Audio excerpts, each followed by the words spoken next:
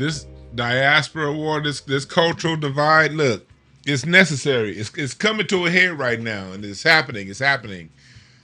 The best part about this is people are talking and communicating. We are in the time of the Great Revelation. We are in the time of, ever since the Eight of Hearts year, time of exposure, and the time of revelation, and the time of people duking it out, rhetorically and physically, over the things that really need to be discussed. I was scanning YouTube this morning, and I ran across this podcast that's for the most part Caribbean based, and I came across a bunch of stuff in my algorithm with people from the Caribbean, specifically Jamaica, offended at the 154 Africa podcast, the episode with Gina Yashir. And it looks like this 154 podcast is pissing off everybody. And it seems as if they're pissing off, they're talking about everything but Africa. Like 154 podcast is pissing off everybody but Africans. And if the podcast is meant to unite Africa, I would think Africans will be the main ones that they're pissing off, because the only way you're going to unite is through telling uncomfortable stories and uncomfortable truths. Well, they pissed off these people. So it was a cool panel discussion with these women from, one woman was from Jamaica, another one was from, I think, Barbados, another one from Africa. And they had a discussion. So what we about to do today is we about to break this discussion that they had down. I'm going to play, what I'm going to do is right now, I'm going to play the first like 5 minutes of their podcast so you can see sort of what it's about. I like the way they do a pre-roll. And in the pre-roll, it covered a lot of the topics we'll be covering later on. And then they played the snippet from Gina Yashir's podcast that pissed everybody off. So we about to play that, and then we're going to break this down now, because we said before, we said in the cards, this is the time for that. We are in that time. We are in that time. The cards called it. Say what you want. But these bad boys ain't lied yet. You play poker with these. I tell what's about to happen with these. Big difference. So we're going to break all that down. In the meantime, what's up, chat? What's up, Lisa? V12, Hemi. Isom the Great, Retro Gemini 99. That's what's up. Planet Mar. What's up? What's up, Shayla? What's up, Malik? Big Brazy. You must be a Crip. I mean, I'm saying you must be a blood. Big Brazy. Salute to you, man. Salute Jamar Hooks and everybody else that's up in here. So Emotep, Infinite One Lives, Norris. But yeah, that's a real one, Norris. We started when I saw this podcast, when I watched it, I was like, man, I'm seeing a lot of reoccurring themes that people are having with one group of people. And I hopefully that 154 podcast, hopefully they address that one thing that people have an issue with.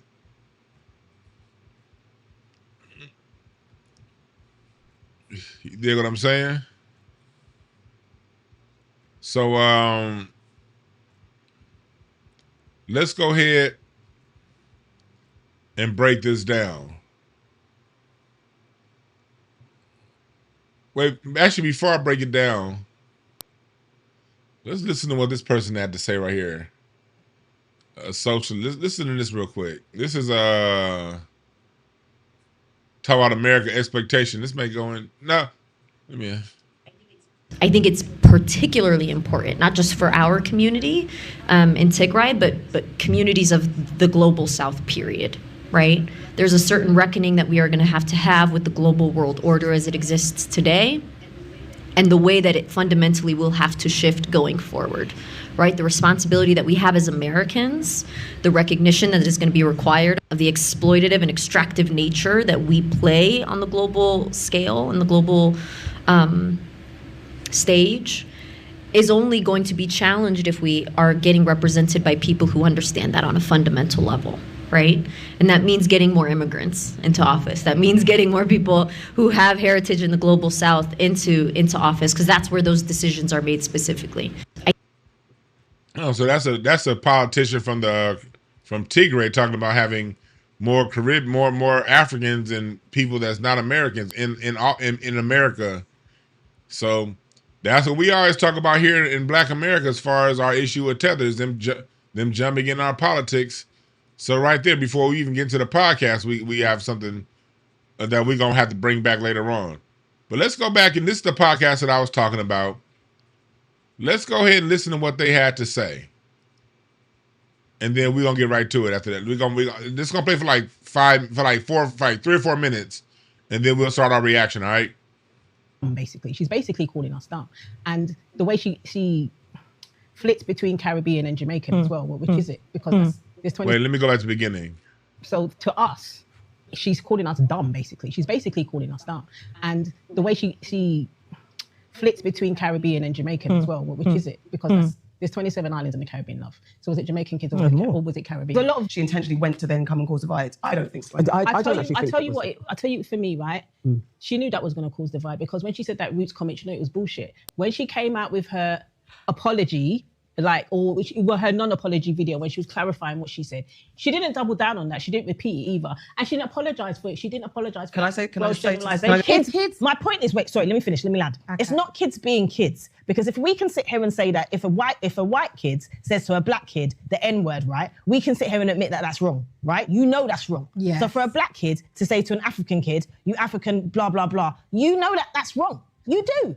You would have to have been. You have to have got that language from somewhere. Can I finish this? This name, they were absolutely awful and and I've had people saying you're just like them, the way you speak about Africans and this, that, and I'm saying, for you, now I'm offended because from what I've been through for black people, for you to twist your lips to tell me that I don't care about black people, now I want to kick off your face. You know what I'm saying? Because it's like, don't play with me and don't try and trauma dump on me, because it's unfair. Okay, ladies.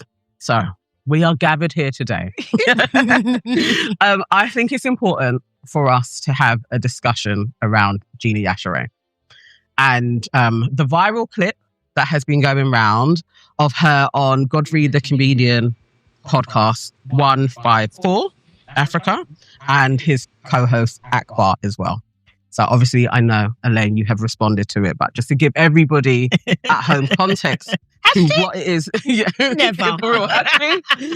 What Gina said. I mean, you're not the only one as well. A lot of people have been up in arms about what went out there. Right, so she said, hatred between Africans and Caribbeans is yes. This is Windrush, right? God. Windrush came what is the Windrush? The 1930s? Yeah, when Caribbeans came over to England to help after the First World War. So, yes, right. You know, they came over the 40s and 50s and 60s. They came. Yeah.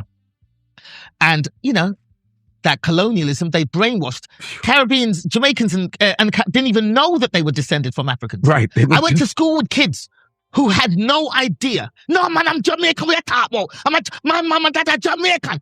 And I'd be like, you weren't in, your ancestors were brought to, they did not know. Wow. Until Roots came out. They didn't know because they were deliberately kept uneducated. Yes. So because of that, there was a chasm between Africans born in Africa and Caribbeans, because Caribbeans looked at Africans and were like, ugh, they think they're better than us, and they come from the jungle and all this, because all they knew about Africans was what was in the Tarzan movie. Oh yeah, you know what I mean? Yeah. And then Africans looked down on Caribbeans, going, look at them, they don't even know their own history, they're useless. So there was that. So my mum wouldn't let me go anywhere, and she did not like it when I had Caribbean, Jamaican. Just Jamaicans, don't mix with them. You know, my mum would rather I had white friends than Jamaican friends. That's how bad it was. Insane. And then she tells a story about a Jamaican girl that had a party across the street from her that she wasn't allowed to go to. So, too much weed. That's how it was.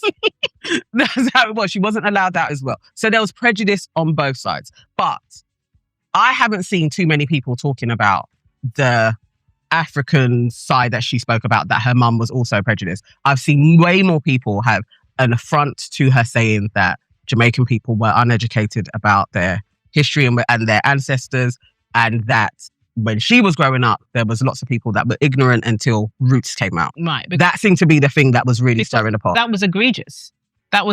And she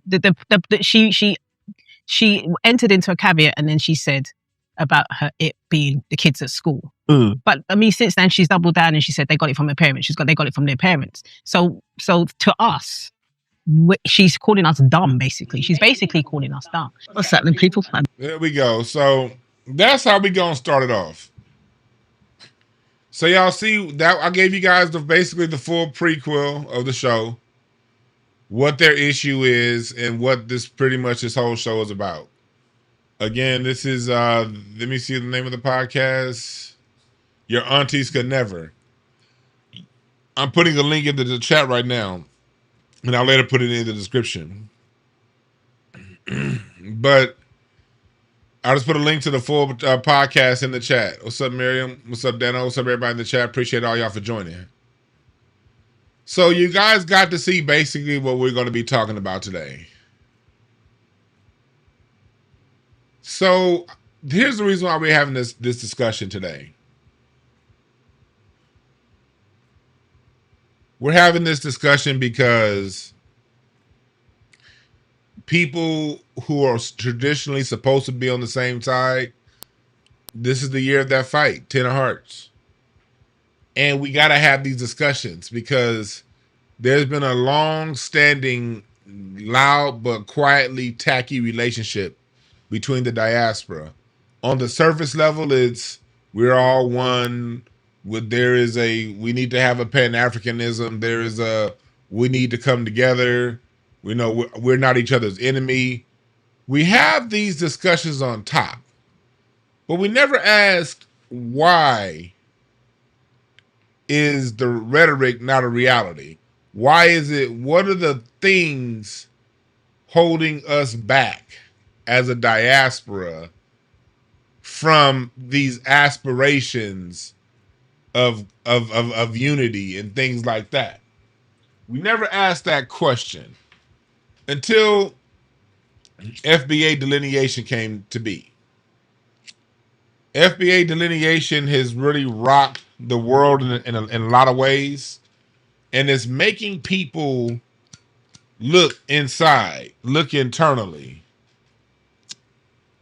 and it's making people ask the tough questions.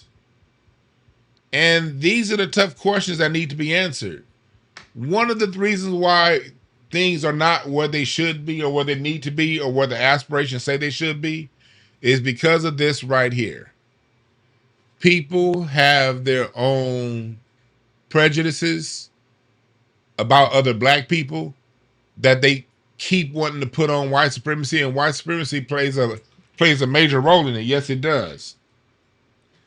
But there's very, very little talk of personal accountability.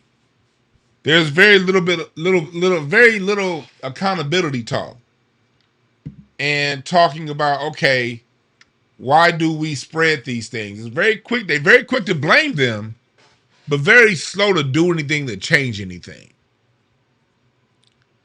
And it's almost like blaming the white supremacy has become a scapegoat for terrible, terrible, terrible behavior. So we as Black Americans, we've always been the type that we believe everybody's black, and we've been the primary Pan-Africanists. We've been the primary ones trying to be the voices bringing people together, and we've been confused for a long time as to why that can't happen. So I wanted to use this podcast today as an example of these diaspora wars that go on when we're not around. These are the diaspora wars that were going on. They're going to be talking about today. These are diaspora wars that were going on in the UK. These are diaspora wars as of what's going on in the UK. We're going to see some common themes here, and we're also going to see some things that are going to show us that, okay, this delineation thing wasn't a bad thing to do at all. As a matter of fact, it was completely necessary, because you're going to see the house cleaning that delineation is bringing around the full diaspora. All right? So let's get into it. Let's get into it. Y'all notice how Gina Yashir, how the Jamaicans were offended when she talked about them not having education. Education! There goes that word again that the Nigerians like to use. Education. Education, education, education. And there's this need for everybody to come from Africa. And there's this common thread of people finding out they came from Africa through the movie Roots. When Alex Haley himself said the movie Roots wasn't real. But we'll get into that. I want to go into some of the things. Let's go into it. Jamaicans in the Caribbean. Let's go to some of the things they talk about. He would have heard tar baby because they would think that you were African. And that was my experience. Okay. You understand? Because I hear everything you're saying. I would say that there is a bit of both to it. And a few years after you guys, and definitely, I think what she said isn't a lie. I know it was a lie. I have friends now. I know we had conversations and they were literally like, I am absolutely not from Africa. They are my friends to this day. But they were young and they were ignorant. And that's how it went. And there was a lot of that. Like, I really was thinking, yeah, I know, especially your complexion, you definitely would have heard tar baby because they would think that you were African. This is the African lady talking about people from the Caribbean saying they're not African. I want to, this is going to be an overall theme on this channel you're going to see moving forward about how everyone is being, you see how they're trying to force everyone into Africanness.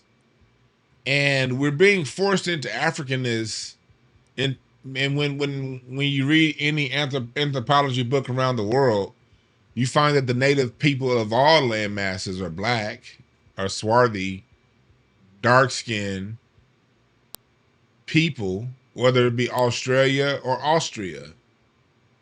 You find that the indigenous people are dark. But there's this pull from a lot of people, especially from Africa, to bring everybody back to Africa. And people are saying, no, I'm from here. Pay attention to that. That was my experience as well. So it's like, she weren't lying. No, I didn't know. She didn't say some people. It was the gross general. She said, you said you read verbatim, but I don't know if I heard majority. But that's when I watched the clip, I heard majority of Jamaicans Caribbean. No, she didn't say majority. She did say majority. No, she didn't. It was just Jamaicans Caribbean. It was a sweeping. So this generalization. And so this was my whole thing when I saw it. It was the sweeping generalization of Jamaicans and the Caribbeans, right? And my whole thing was, if you're going to relay certain history or certain facts, or if you're going to talk about certain groups, it's your responsibility to get it right. I'm so disappointed in. See, that's a good point that she made. Now, this is a clip that I want y'all to watch this clip. This clip goes for about 3 or 4 minutes. Gina and the way she spoke about the Caribbeans, especially the Jamaicans.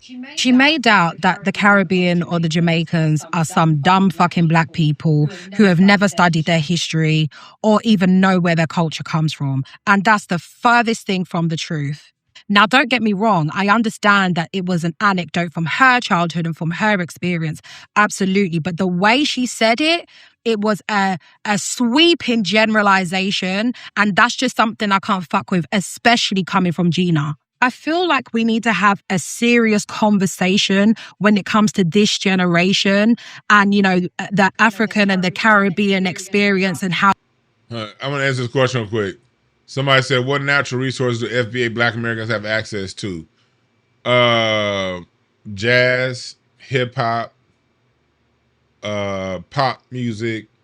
We are the natural resource. I just want to answer that question real quick. What natural resources do we have? Look at America's #1 export outside of bombs. What does America export? Culture. That's our natural resource. That's the natural resource we have access to. Black Americans, every time our back has been against the wall, we can create a new form of music, a new dance, a new culture that the world wants to consume and buy.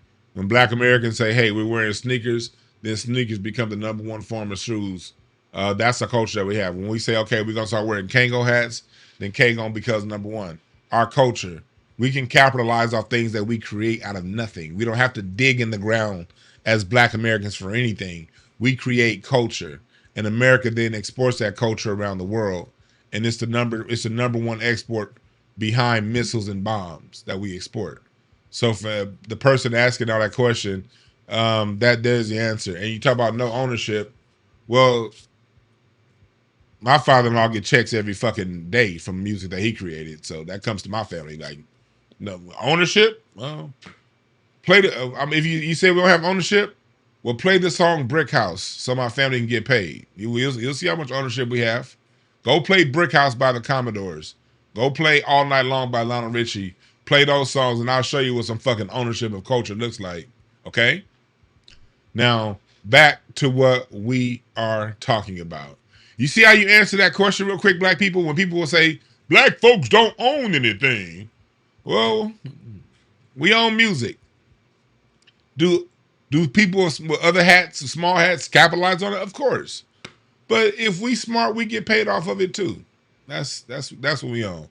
So now let's get back to it. That's how you answer that question when people want to troll Black people. What do you own? Okay, no, we own culture. That's what we own.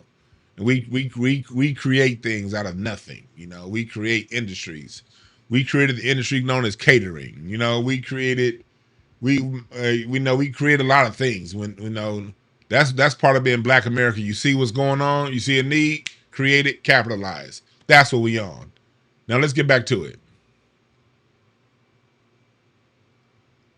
How we intermingle with each other. I feel like for that particular generation, Gina's generation, and kind of beyond, especially for the Africans, you guys have unresolved resentment issues towards Caribbean people that you need to unpack. In no way am I saying that this is for all Africans, you all have resentment for us. No, that's not what I'm saying, because the rhetoric that comes out of these people's mouths, they're mainly Nigerian, right? And I just feel like we need to unpack that with that particular generation, because that particular generation was absolutely bullied by the Caribbeans and the Jamaicans. They were absolutely, unequivocally bullied bad. You understand? And we absolutely need to acknowledge that. And I feel like sometimes this is where the rhetoric comes from, or the resentment, or some of the disdain comes from when they're speaking about us. And for that, accountability absolutely needs to be taken, because that shit was wrong and it's self-hatred beyond belief. But let's talk it. If we're going to talk the truth, let's talk the truth. Because also in school, the Africans, particularly the Nigerians, were also lying about where they were from, and they were calling themselves Jamaican or half Caribbean, half this, half that. Even Burna Boy said it. Considered myself like more Jamaican at the time. There was minimal Nigerians around me at the time. When everybody that I had supposedly come out of Nigeria with was either in like school or in Peckham. I ended up in Brixton, so I considered myself like more Jamaican at the time. Because simply for the fact that everyone around me was Jamaican and Caribbean and stuff, and it was minimal Nigerians around me at the time. We hear the same thing when it comes to Jamaicans in America, in New York. Do you notice Burna Boy sounds a lot like Kool Herc?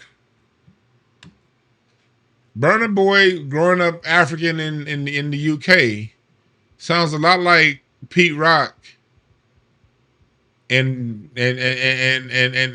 Kool Herc, growing up in New York, blending in. See, this is a common thing. See, this is the thing I want y'all to notice. This goes back, I told y'all before, my minor's in cultural anthropology. When you want to understand certain things about groups and cultures, new cultures do not influence established cultures.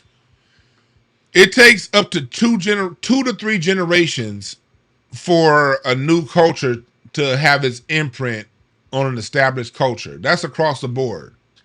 It takes 2 to 3 generations for cultures to establish influence in a dominant culture. You cannot be new to a place and establish influence. The same way Burna Boy couldn't be new to the UK and establish an African influence is the same way Jamaican can't come to the United States and establish a Jamaican influence. You see that? It's almost the same story. New people to a culture, to a country, assimilate to blend in so that they don't stand out. That's human nature. That's why it's such an insult.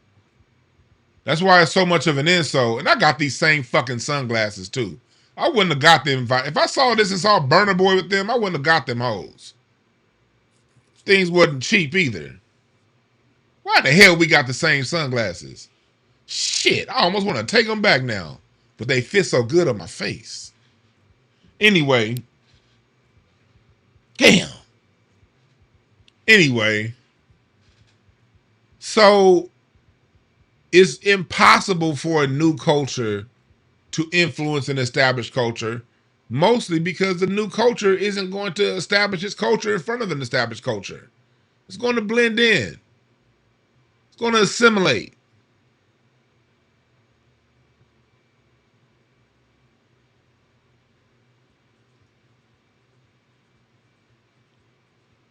But you see here also that there's a common thread here we have here. There's a common thread we have going on here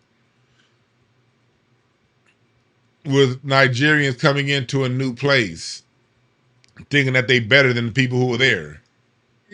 Let's be absolutely clear. And I feel like it's because the Caribbeans migrated over here first, they established their culture here first. And obviously, you guys were trying to fit in as well as you can. It's understandable, you know what I mean? And then for her to say that we didn't know our history until we saw roots, I feel like that was such a low blow and that really hurt me. Like really, it really did hurt me. Because do you know how many legends and activists It's funny how it always comes back to America, don't it? It always comes back to America, baby. It always comes back to America. They're saying that they didn't get their culture. Yeah, Jenny Yashir did say that. They didn't get their culture. They know they're Africans until they saw roots. And you've heard a lot of black people say that. Black Americans. We've said that. We didn't know that we were slaves until roots. Then let me tell you why we didn't know that we were, we didn't know that we were Africans until roots. Because we fucking weren't, okay? We just weren't. Did the African slave trade happen? Yes. Are there some people who are from Africa? Yes. There are most definitely some people who are here in the Americas directly from Africa on some damn slave ship. Yes, it is. But there's so many more who aren't. And then when you go into the whole Jamaican thing, this is when you realize the whole story of the slave trade isn't a full truth. It's not a full truth. Most people don't know this, but when you study the American Revolution, the British loyalists, the people who were in the American colonies in the North and the South, but specifically the North, Boston, New York specifically, New York City. Because remember, during the Revolution, the British held on to New York the whole time. The Patriots had a lot of the South, but the British never relinquished control of New York until 1783 when they drew an end to the war. And in 1783, when the war was over with, there was over 30,000 British loyalists that were, they say, of African descent, that were black, basically. There's some of them enslaved, most of them were never enslaved, that were sent to Jamaica and Barbados. All the other Caribbean, but primarily to Jamaica. A lot of your British loyalists that during the time of the American Revolution left America to move to Jamaica. And a lot of these loyalists were never Africans. Go look this shit up. Newer books will say, okay, these were Africans. You go look up the books written in the 1800s about the revolution. You go look up the book, go read the books written in the mid 19th century about the revolution. These weren't Africans. These were people who were American. These were people who were Americans that sided with the British. So there's a lot of America. Even when you look at the Midwest, a lot of the Pontiac Wars, a lot of your wars, a lot of your American Indian wars, when people were captured into slavery, a lot of your American Indian slaves were sold into slavery in the Caribbean. A lot of people that were enslaved in the Caribbean were losers of Indian wars here in the United States of America, were British loyalists during the time of the American Revolution. You can look up everything that I'm saying. There's a very close connection between the landmass known as the United States of America and the Caribbean, because primarily of Spanish and British colonization, primarily British colonization, but secondarily, initially Spanish colonization. Everything I'm saying can be looked up. But this is what happened. You get Africans to come here thinking that they know more than everybody. You all African. You're all African. Did you see roots? Did you see roots? No, nigga, some people are African, but you can't come here from where the fuck you from telling us what we are, homie. Calm down. You can't do that. Now let's go to this part.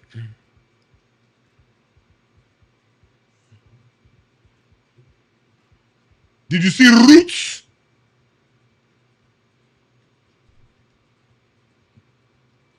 But I think that to generalize that we didn't know our roots until we saw roots is some fucking bullshit. Until we like you don't, Tarzan. and Tarzan, Wow. like Tarzan number one is a white dude. So until we saw I this, didn't even understand. I didn't even understand where that came from. Caribbeans looking at Tarzan, we knew there was a problem with how they're representing people. We knew that. We're not stupid, and I think that's where a lot of people took offense. Like, we should have these conversations. We should be open about what the past did to us as black people globally, because the root of it all is divide and conquer. Because essentially, what was done to the Caribbeans and the Americans, we were told, you don't want to go there. Yeah. We were told, it's mud huts. That's what the enslavers They used told to us. put on TV as well back at, well, you Yeah, know. the fact that's what she was referring. I want y'all to pay attention. Phenotypically, look at the people from the Caribbean and look at the people from Africa.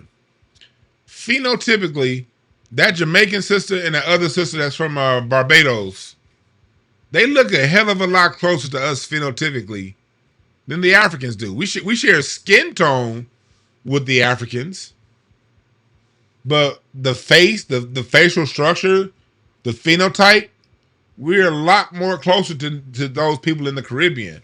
But you really, you got to understand. You got to get books like Up on These Shores. Like I told you before, they're always going to use words like African. But let me tell you this, they never prove. You got to be able to read past the word African when it comes to a lot of these books, because that's just a throw-in word. And this is another one, Carry Me Back. These books turn me up to a lot of what happened here in the Americas with the slave trade. You got to understand, when it comes to American education system, in order to get sponsored by a university and they have a university publish your stuff, you got to throw certain words in there. But if you're able to read through and sift through some of the wording and focus on the evidence, when they talk about Americans being sent to Jamaica, they talk about, okay, it was after this war, it was after that, it was from this plantation to that land. They're very specific. When it comes to the African part, there are no specifics given. That's how you read through the BS. That's how you read through the BS.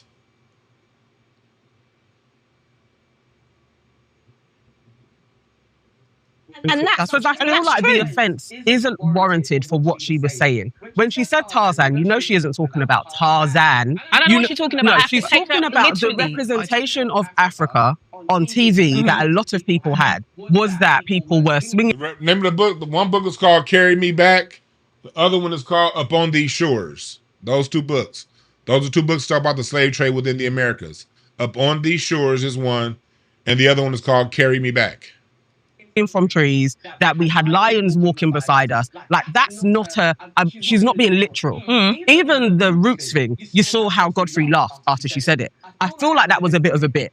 But there was something that happened. And I even remember Roots came out in the 70s and it was 83. I was a baby. But in 88, when it came on again, I remember that being huge. It was huge. Like running home to watch it, talking about it in school, and then there being like almost a union of we're black. And I only went to school with Jamaicans. I was in Kilburn, so there's loads of Jamaicans. It was Jamaican people. It was like, and then we became black. Yeah. And then there was more tracks that were like, it was like black themed, and it was like, okay, so we're black people now. I'm not just the African. I feel like that's what she's talking to. It's not. She isn't lying, and she isn't poking like some type of. She's from West Africa. She's defending Gina Yashur to these people from the Caribbean are saying that they're offended. And instead of her acknowledging their offense, she's trying to make excuses for Gina Yashir's ignorance. Listen. You guys now have to say sorry, or I feel like she was just demonstrating there was a moment in history where there was a clear divide. Can I just interject? All of us have said. So where is the lie? Can I just interject? The lie is in the fact that she's saying that we didn't know anything. We didn't know. That's the lie. That's the so lie. What would the term be? Knowing but denying? That's because fair. There definitely that is was fair. There could be, but that's not what there she could said. be a knowing that, okay, yes, ancestrally, this is where we came from, but there was a disconnect definitely in we're not claiming I know that. people to this day that still say they're not from Africa. Look at the whole FBA news. Yeah. Precisely. That's what I'm saying. That's fair. That's not what she said.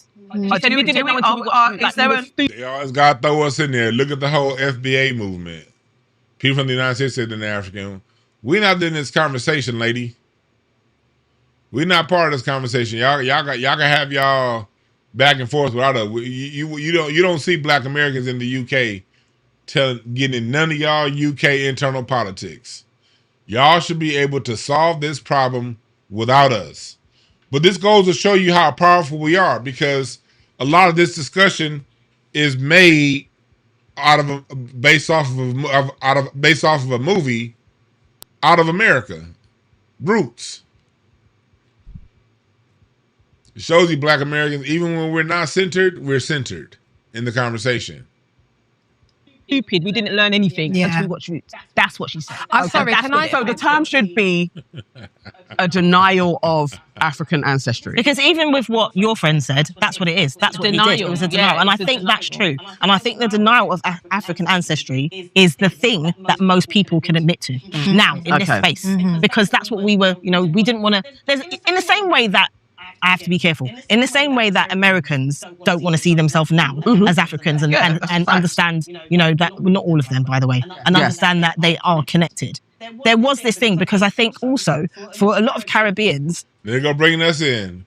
Mind you, the United States of America has been the home of Pan-Africanism. The United States of America has been the home of people of what we call African descent, melanated people. This has been the home of we are all Africans. Let's come together. And we've been constantly denied. We've been constantly rebutted, refuted.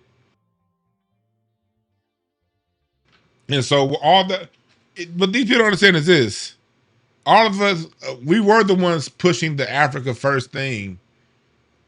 Us being denied that brotherhood from the diaspora is what led us in large part to say, okay, it looks like people ain't really messing with it. People ain't really messing with we're all one. People ain't really messing with none of that stuff. So, hey, cool. Let's look up our own ancestry. Let's look up our own history. Let's look up our own delineation. And we did that.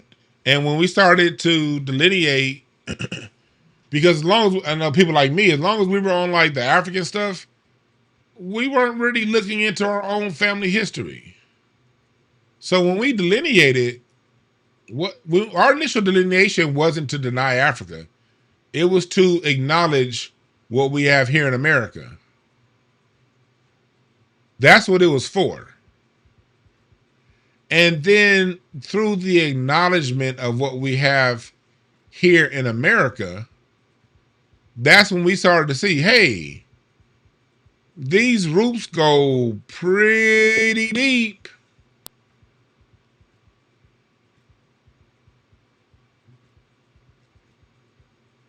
You dig?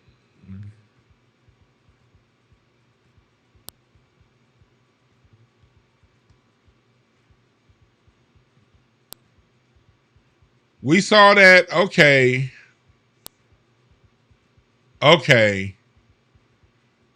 Not only am I not African, I'm looking, as a matter of fact, I know people like me. I started looking for Africa. When I started going through my history, I'm looking for Africa. I couldn't find it. You know? But when I would look, I would find stuff like this. My great-great-great-grandmama, headstone, 1854 to 1920. I started seeing stuff like this. The more I looked, you started seeing stuff like that. And it's like, okay, even though I cannot find any African in my history, even if I one day do find some African somewhere, I got a lot of family that's right here. So instead of focusing on Africa, instead of focusing on somewhere way around the world, I got thousands of ancestors who were born, lived, and died here in the United States.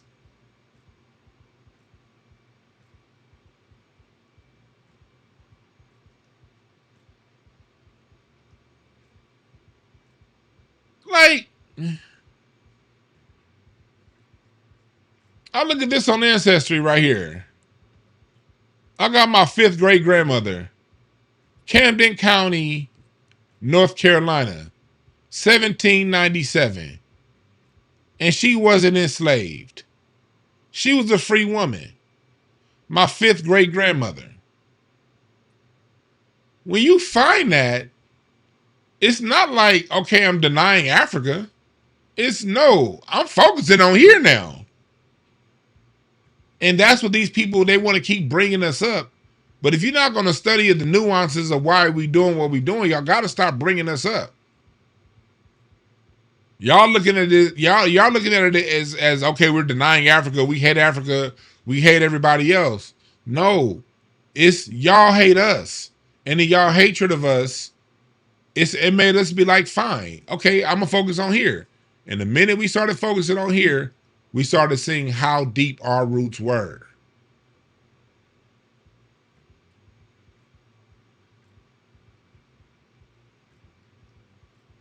It's the idea of there were African people that they were around who did make out like they were better than them. That's also true. Yeah. Don't hang around with Caribbean. Mm-hmm. Yeah. They're going to do this. They don't have any parents. They're uneducated. That's also true. Yeah. So the clap back for that is going to be like, imagine this, like our parents came to the country at similar sort of times, right? Mm-hmm. Now imagine if like they've never interacted with each other before.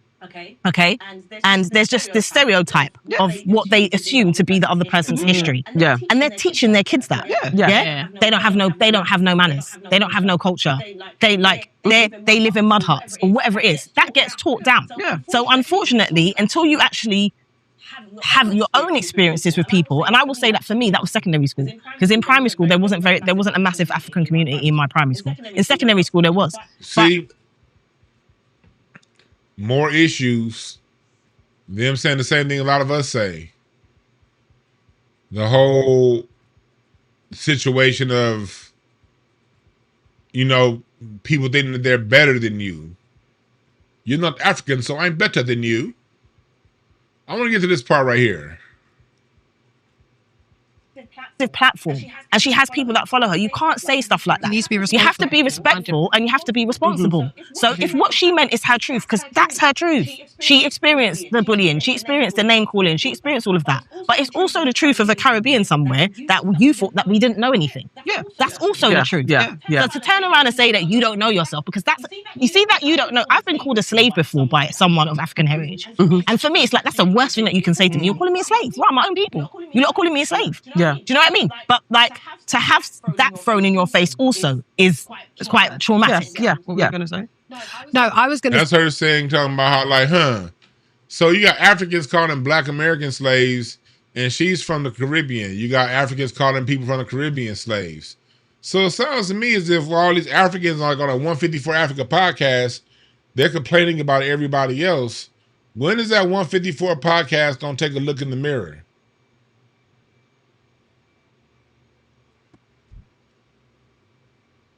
When are they gonna take a look in the mirror? I want y'all to hear what she has to say. In terms of like Africans migrating over to like the UK and the US, right? I feel like there's a similar relationship with Caribbeans as well as Black Americans to some of the Africans, which is, some of the Africans feel like they were bullied by Black Americans. Some of the Africans feel like they were bullied by the Caribbeans. But the rebuttal from the Black Americans are, you looked down on us. You didn't want to play with us. You didn't invite us in your houses. You did whatever. And that's the same sentiments that are coming from the Caribbeans. And I just feel like no one is acknowledging that fact. Like, I think no one is. I think depending on the no, not you guys. I think the general conversation, it does get spoken about, and I think now. But if watch her deflect. Watch her deflect. No, but now, if we're talking about back then and what the issue was, back in the day, there was because even my mum. Oh, there's something you said and I wanted to address that. Sorry, I lost my train of thought. But even when my mum came over, she worked in the hospital. You see how they just totally went over what that sister said? The Jamaican sister said there seems to be a common bond between what Black Americans complain about with Africans and what Caribbeans complain about with Africans. And then she totally moves on to another topic. And she said that she'd always like, my Caribbean friend with the person's name and did that to my Caribbean friend. She might say Caribbean, she might say Jamaican or where they're from. My Dominican friend, she might specify. But she said we were treated, we were ostracized because we spoke a different language. And so they felt like we didn't assimilate. It's that same thing they thought. And sometimes the project. Pay attention to that. She takes it right into her own plight. Listen to what she said again. I was going to say, in terms of like Africans migrating over to like the UK and the US, right? I feel like there's a similar relationship with Caribbeans as well as Black Americans to some of the Africans, which is, some of the Africans feel like they were bullied by Black Americans. Some of the Africans feel like they were bullied by the Caribbeans. But the rebuttal from the Black Americans are, you looked down on us. You didn't want to play with us. You didn't invite us in your houses. You did whatever. And that's the same sentiments that are coming from the Caribbeans. And I just feel like no one is acknowledging that fact. Like, I think no one. And then they went on not to acknowledge it. Like, you never hear Africans be accountable for their smugness and for their attitudes and being told, don't hang around those Black Americans. Well, that was a British accent. I'm going to do my African accent. Don't hang around the Black Americans. They do not have education. The Black Americans, the Caribbeans, don't have education.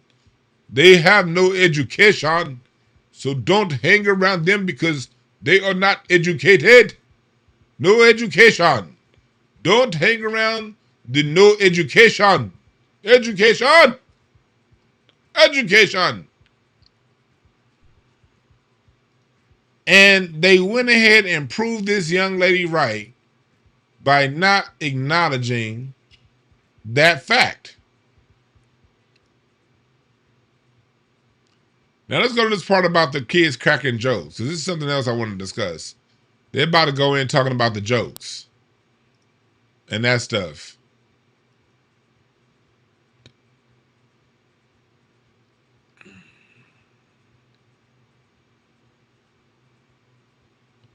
Education, education, education, education, education, education, education, education. Let's listen to this part. So she talked about the Kevin Hart shit, and she said that was wrong. So I wouldn't do that. Yeah, she said it was wrong. Yeah, she did. That's what I mean. But that was clear racism. Listen, in you lot's like community group, somebody Go back to that part here. And I want to know how long is that a coffee she drinking? How cold is that? Is that coffee even still warm? God damn. She been this 42 minutes in. That coffee got to be cold by now. You're on a comedian's pod. You're talking about your experiences. That's what comedians do. But on the same pod, they do generalize. On the same pod, talking about comedic experiences, she talked about the Kevin Hart shit, and she said that was wrong. So I wouldn't do that. Yeah, she said it was wrong. Talking about here is giving Jenny a sheer comedic license. Someone I asked before this, is what she's saying? Could it be just her as a comedian? Does she have comedic license? So they're responding to that, and then they're going to go into jokes that kids talk about. Yeah, she did. That's what I mean. But I was Education. Listen, in you lot's like community group, somebody posted a comment that Gina made. I don't know if it was on your page, right? But she was doubling down, and I was reading the comment, and there was a couple of things she said in there, and I was like, I'll read it out then, because she said it's long. But a couple of things that she said, it's like she said. I spent my entire school life fighting other black children who laughed at my name, my hair, because my mum.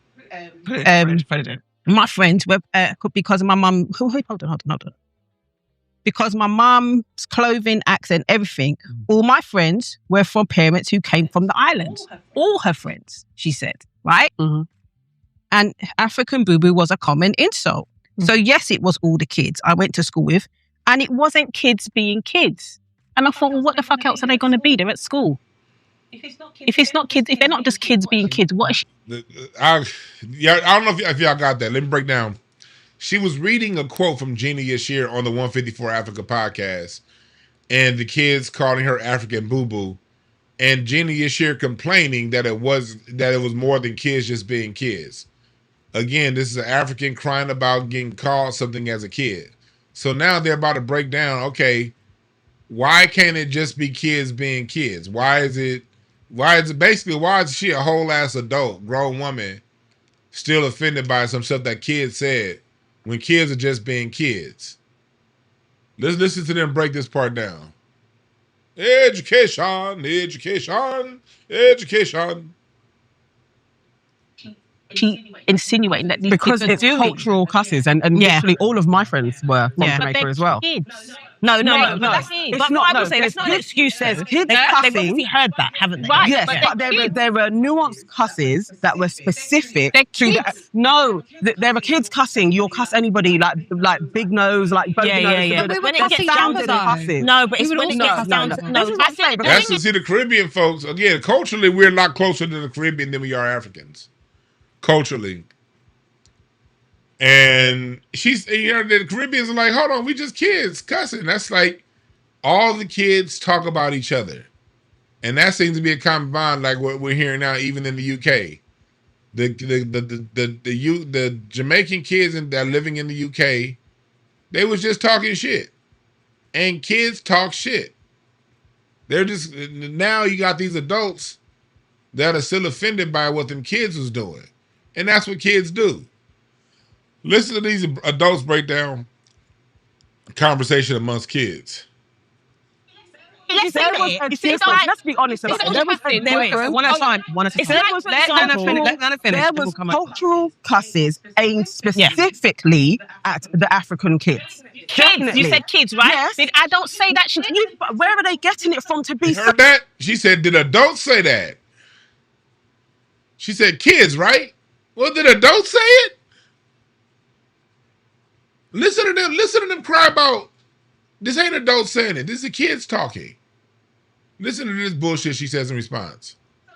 So it's culturally specific. That it doesn't matter where we go. Any other African that would come in here would know exactly the same cusses. East London, South London, it doesn't matter. I do agree with that. Where are you getting it from? It's from the house. I do. You don't get it from the house. Man, my mom would slap the dog shit out of me if she knew I was calling kids African booty scratchers at school. The fuck is she talking about? It comes from the house. No, we called you African booty scratchers because it was a common joke that you said when you ran out of jokes. African booty scratcher wasn't even the best jokes. That's just what you said when you ran out of other shit to talk about.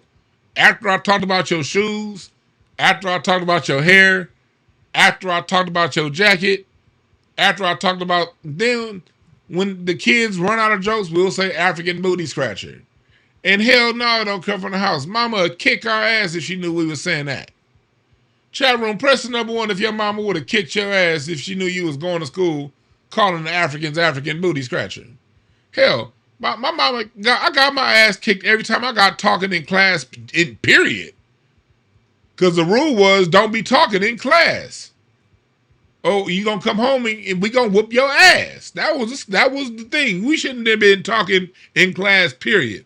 So the fact that we talk, I don't give a damn if I'm talking about the Lakers in class. Man, Nick Van Exel missed that layup. We could have won the game. I'm getting my ass whooped because I shouldn't have been talking in class, period. Thompson, this shit's passed down. No, it's not. Now, what is passed down is a culture of clowning. The culture of talking shit. That's a cultural thing passed down. But it ain't the parents. It is not the same. It is not the same as a white person saying the N-word. It's not the same. What I was going to say is made up. That's not made up. I'm not saying it's made Because up. it's similar to when we hear that black children are being called the N-word from white children in school. Where are they hearing that from? Like, so we have to admit, like, that those cusses, every black person who grew up within a certain age knows about those cusses. No, you're not getting that from home. You're not getting that from home. You're getting that from your classmates.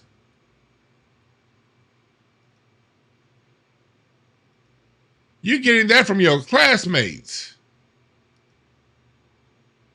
Everybody I know is probably, if they mama find out they clowning kids, other kids in class, you getting your ass whooped. You getting your ass whooped at home.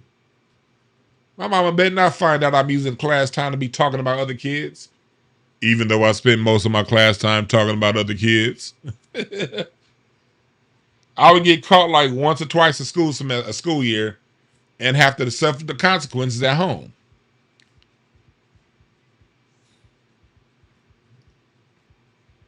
No, it's culture. Heard that shit. It doesn't make it right. It's not right. Of course, it's not right. I didn't say it was right. Yeah. It's just that it's the way she was categorizing. Yeah, like there's something behind it. If kids are being, kids.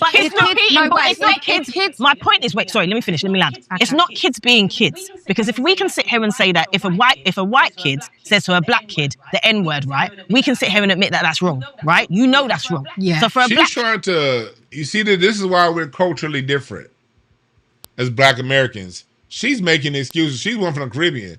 She's making excuses for the white kids. No, if a white kid says the N-word, we know that we know that comes from environment, immediate home or environment. We know that that's a targeted racial word that's backed up by an execution of not economically including a group of people, not hiring a group of people, targeting a group of people for injustice. That's what that word it comes along with. You being called a booty scratcher doesn't come along with anything. You still get hired. You don't get targeted for any specialized racial mistreatment. So to be a black person and equate the two things is very, very, very, very disingenuous and is dangerous, because one comes with a set of behaviors and consequences. The other one is just a word. Again, listen to what they're talking about. They're talking about kids. They're not saying nothing about no Caribbean adults disenfranchising Nigerian adults. You see how petty these people are? It ain't nothing happening during adulthood that anybody's affected by, but you crying about some shit that was said 40 years ago.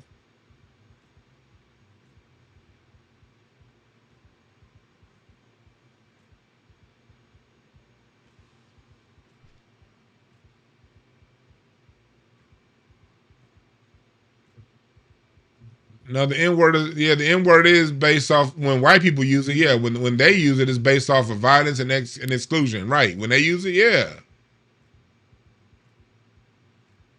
Yeah, same here. My mom or my dad didn't have that spirit. I roasted all of my own. My dad does not like. My dad the kind of person, man. Y'all be able to joke. Y'all joke over there. My mom same way. My mom and my dad do not roast. They do not joke. But me, my brother, and my sister, we got it in. And then so we went out to school because at school it's like, hey, I was the fat kid growing up, man. You can't be the fat kid and not have jokes. I was a fat kid my whole goddamn life. Shit, you had to have a defense mechanism. That's why I don't feel bad for the people who say, I got called an African booty scratcher. So what? I got called a fat kid. Deal with it, nigga. I got called an African. Well, nigga, call him an American booty scratcher and get your even in. You know what it's like being the fat kid at school? Shit. I had 2 defense mechanisms growing up. I had 2.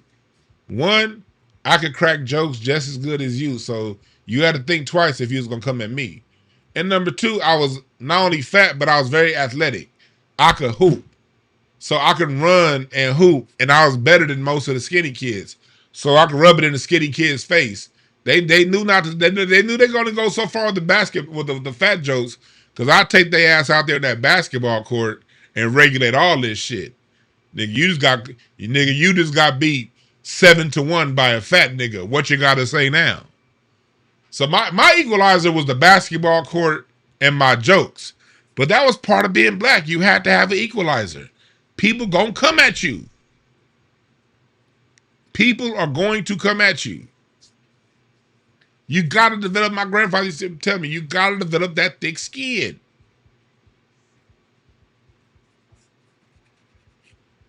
You got to develop that thick skin. And that's what roasting did for us. It helped us develop that thick skin.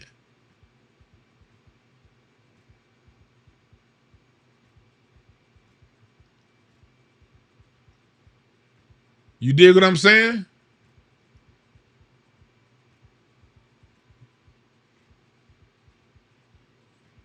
Now let's get into them. Here comes the part where this is where they gotta bring us back in. This is where they gotta bring us back up. They gotta bring us back up. Listen, this is this part right here.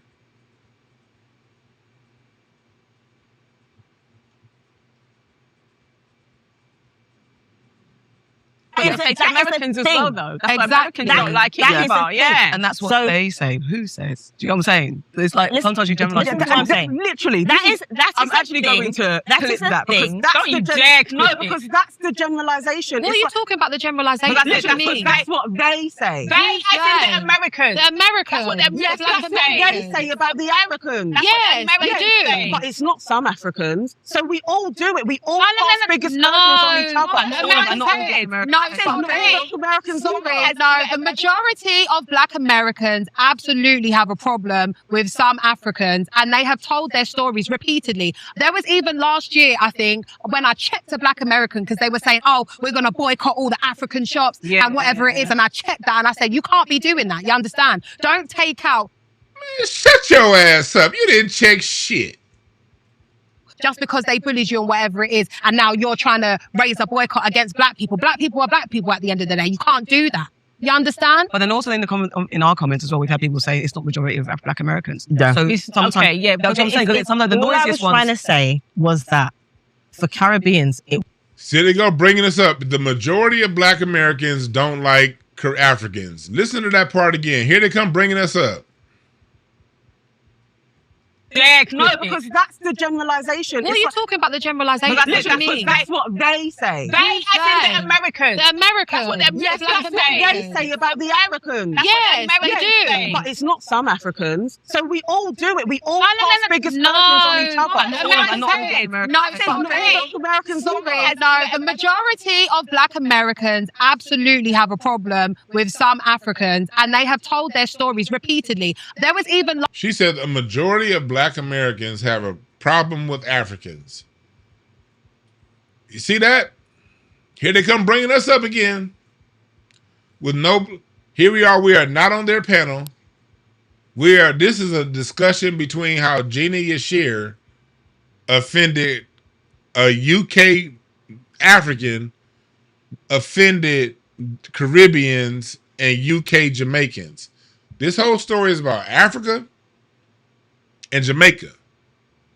Jamaica and Africa. The UK and Nigeria. The UK and the Caribbean. This has nothing to do with Black Americans. None.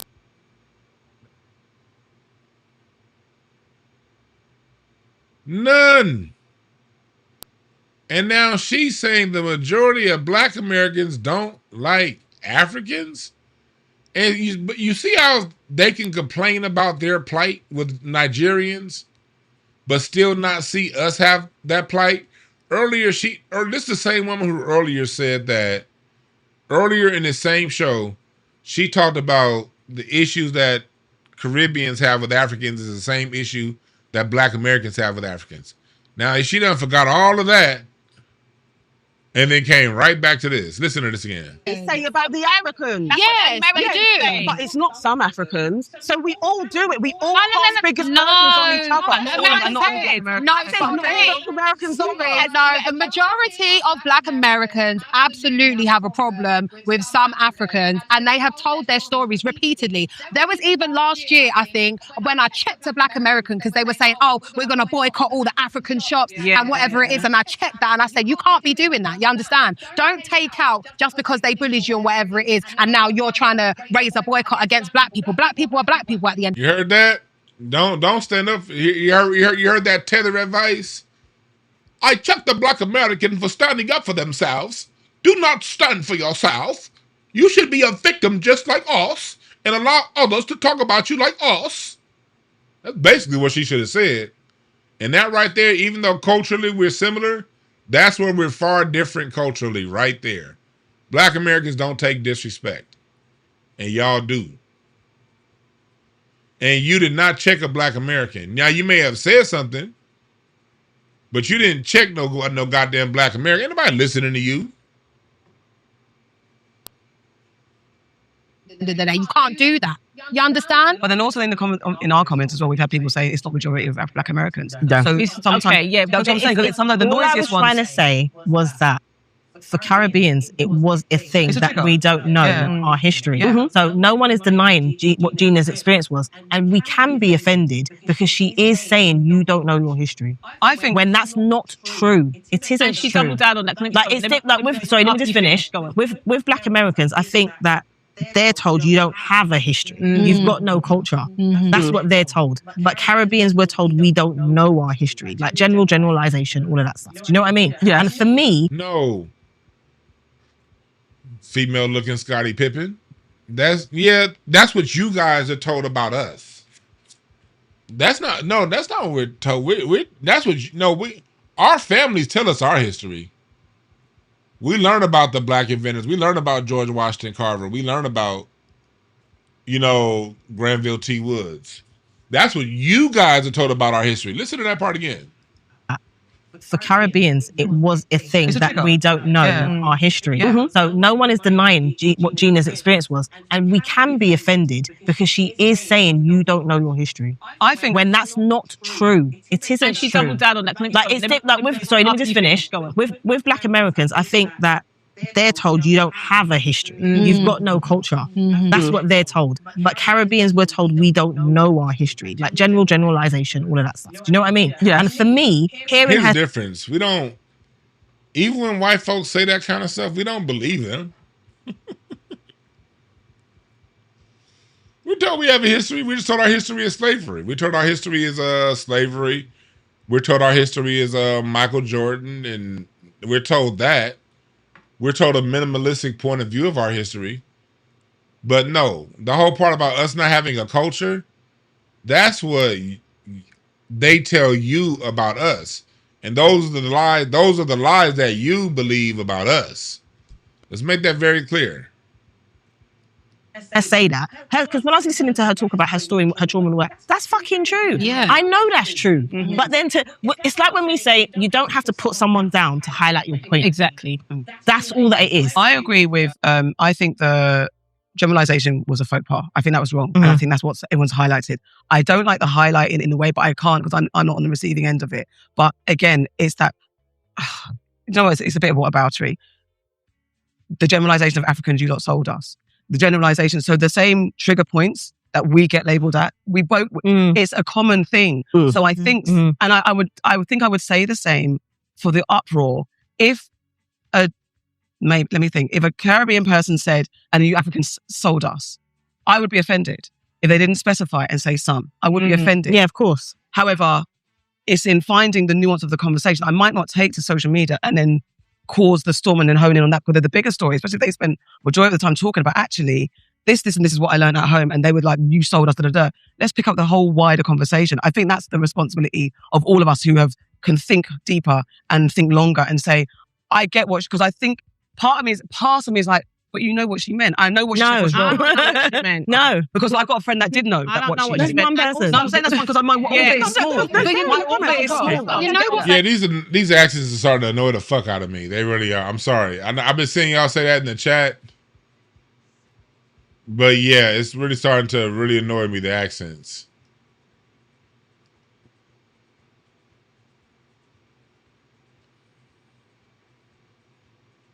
But I'm going to go to this last part. And then I will rid you of the accents, okay? I'm going to go to this last part.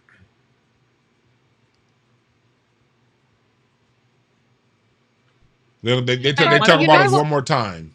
But you know what throws me is the fact that in this country alone, the Caribbeans have done so much to push the rights for Black people in this country in terms of the Equality Act, the Race Relations Act, right?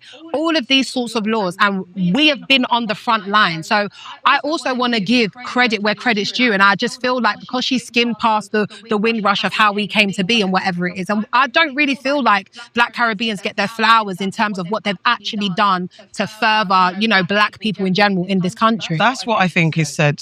That's what Black Americans say about immigrant Blacks, that they're not acknowledged for what they've built. I think we've all said it collectively, like what would be the perfect, because on a day-to-day, when we talk about the civil, even just... She talked about Africans not acknowledging what the Caribbeans built in the UK. And now the African lady is saying that's what Black Americans talk about. Listen to them talk about this. In general, Black history in this country is not taught at all. And in the Caribbeans being the forefront, in the majority at the time when fighting for our rights, there's also and I'm not saying there's also an overlooking of the Africans that were involved as well. And she's talking about the Jamaicans that helped build the UK. She's not talking about America. This podcast is based over in the UK. So when they say here, they're talking about the UK, okay? They broad because some of them were West, some of them were East, whatever. Yeah. There were Africans also involved in the movement. And sometimes... Mind you, they're using Black American vernacular. Your aunties could never. So I get why you think that this is based in America because they're using Black American slang. But I digress. It's based in the UK. We also get... We did this as Caribbeans. You lot just were too busy sucking up to the matter. That is a generalization we get a lot. But it's also and it's not rarely an acknowledgement of the people, the Africans that were involved in the civil rights movement in the UK. However, we know that there's a majority. And so it's like, generally our Black history isn't taught to us properly at all. So basically, she's saying, it sounds like the Africans over there in the UK are trying to tether on to the progress that the Jamaicans are making. And that the Jamaicans made over there in the UK, and she's mad that when the Jamaicans acknowledge the progress that they made without the help of the Africans, and now she's having an issue because it sounds to me as if she sounds like that she's tethered on to the Jamaicans over there in the UK. Very interesting. Let's keep going. And the individuals we have like the kind of named Caribbean leaders that pushed, like from the boycotts to Mangrove 9 to Marcus Garvey, all that we know those names at the very least, at the very bare minimum. mostly, even myself, can't necessarily name all the African contributors to the movement. So in general, they were doing disservice to everyone. How do we? So she just admitted that, okay, she just said basically that we can name the Jamaicans that have contributed to their Pan-Africanist movement, to their advancement, and she cannot name any Africans. But at the same time, she's wanting credit.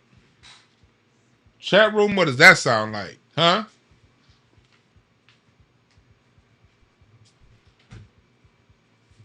Coming back, Rocky?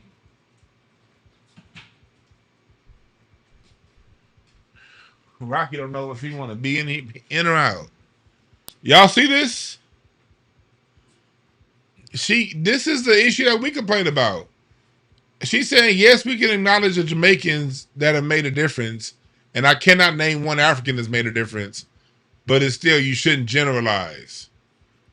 Damn, Nigerians, y'all going every goddamn where capitalizing on where black people across the diaspora have made a move. Fuck. I mean, and this isn't even me pounding on Nigerians, but when the fuck are y'all gonna take accountability for something? God damn. You mean to tell me they're dealing with the same shit over there in the UK? Y'all trying to tether on to what the UK Brits did?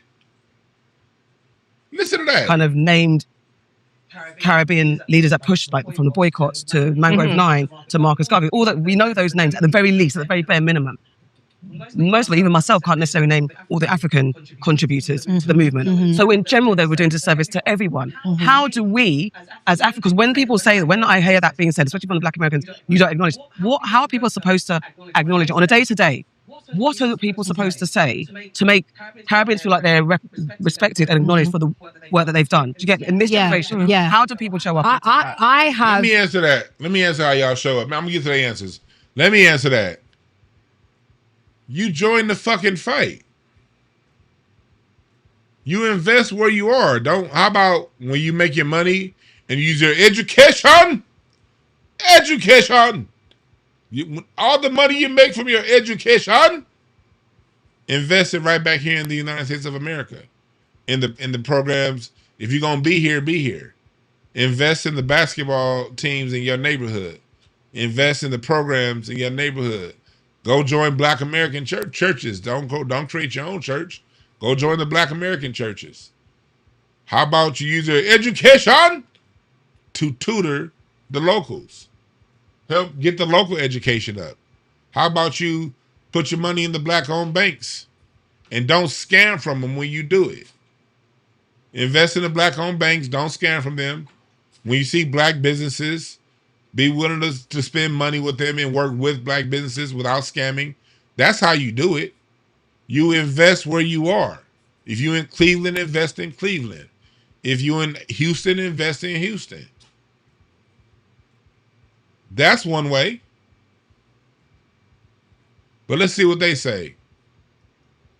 Because we were talking about this on live, and my whole thing was, you could support us more in the work that we do within the community. Because I feel like even Saturday schools, right, the majority of them are run by Black Caribbeans. See, she kind of saying the same thing I'm saying. But it's crazy how she can see it when it comes to their relationship with Africans, but she can't see it when it comes to our relationship with them. But carry on. I didn't watch all the rest of the part. I didn't watch. I gave my suggestion. I didn't watch the rest of this part. This is where I stopped. So we are watching this part here on out together. And I feel like if some of the African advocates kind of was to come up behind us or stand by us and be like, okay, cool, well, we can open up a Saturday school here or whatever it is. I just feel like when it comes to support in terms of community, I just don't really feel like some of you guys are there. I think I don't necessarily agree with that. And the reason why I say that is because I do think within African communities of different countries, they have their own things. So it's not like that sort of stuff isn't happening. I was gonna say. But then she asked me about how they can support us. You see this? Diaspora Wars. That's Jamaica versus Barbados. The Jamaicans said exactly almost what I said. Invest where you are. Just invest where you are. Just be in fellowship and community with where you are. And now you got the woman from Barbados saying, well, they have their own thing. Look, they're fighting over the solution. But Yeah. I'm just, It's like- but I'm just saying, but what I'm saying is because they're doing it within their own communities, that's probably why it's not showing up within Caribbean communities. That's what I'm saying. The other thing that I will acknowledge as well. Obviously, the answer to the question was, how do we work together? Come out of your community and invest in the community in which where you live. Is that there is the assumption that in the Great Windrush there wasn't any Africans that came over, and I think that's also, if we're going to be honest, that's also overlooked. Just in the same way that there is the assumption that only Jamaicans came over, there wasn't. There's a whole, like, I'm here, you're here. There was a vast amount of people that came over from every other Caribbean island because they called for the colonies. They called for that. You know what I mean? So I think within all of this, there's always misinterpretation. And if you look at the roots of the misinterpretation and the infighting and all of that, let's hate on each other. Where the fuck does that come from? We're too busy doing this to each other rather than acknowledging who is the root. It ain't us. It ain't us. I also do think that when you see how she just told Barbados how she just totally got away from the solution. The Jamaican chick is giving off a couple good solutions so far that everyone else just went right past. Groups. There's like, you're just going to band together who you know in your circle. Yeah. Immediately. If I do something, and I'm going to call on you lot because that's my circle. Yeah. But there are, especially if it's older people that do Saturday schools and stuff, you're going to join your community. If your community, I know quite a few Africans who have done community work, and it's not been an African thing; it's been a black thing first and foremost. So there's a mixture of So it's generational. It's area, it's cultural, it's all these things. I would really disagree with that. Black people don't I would just vehemently disagree with the Saturday school thing. I went to a Saturday school, and my Saturday school was very mixed, and this was done by my godparents. And then they opened up to a whole load of other ones as well, and joined up with others. But religion is a part of it. Yeah, that's very and so true. a lot of Africans are Christian, so they would have Saturday schools a part of the church. It's just different. I don't think there was like a set kind of, the Caribbeans had their Saturday schools over here and the Africans were away from it. I think it was more community based, and Either a lot way of it it goes, it comes down to y'all separating yourself, whether you blame it on religion or community or class. But enough of that, because go back and watch that whole one. I've had enough of those accents. I've had enough of the accents. Storm me off. You're right. You said I need to do Tether Tuesday from here on out. Okay, I think we might make that a thing. But this is why the diaspora cannot come together. The times that solutions were raised, they were for the most part knocked on down. You have both the 154 Africa podcast, when they're talking about Africa in the Caribbean, they're still bringing in Black Americans. You got this podcast, when they're talking about Africa in the Caribbean and the UK, they're still bringing in Black Americans. When we talk amongst ourselves, we don't bring y'all up. And it's just in the last 7 or 8 years that we're bringing up the term tether. Tether is a newer thing because we recognize that in the last 7 or 8 years as a threat that we didn't necessarily recognize as a threat this time a decade ago. Talk to us this time 10 years ago, we ain't talking about no damn tethers. We're not even thinking about it. We are 100,000% only talking about Black America. This time 10 years ago, the tether thing has entered the argument in the last 6, 7, 8 years because of discussions like this. But still, when we talk about our issues are our issues. And the reason why the term tether was created was specifically so that we're not blaming all Africans, was so that we're not blaming all Caribbeans. The term tether was created so that all Caribbeans and all Africans are not grouped in the same group. It was to delineate between those who are down and those who aren't. That's what the term was created. This is a delineation term between people who are on code versus people who are not on code.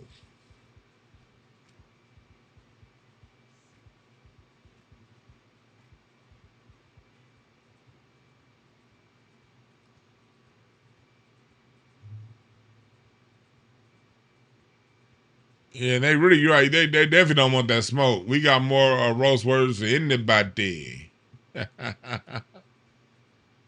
But with that being said, I'm gonna open up the phone lines for a couple minutes. You can call in 323-705-5150. I don't know what y'all think about this.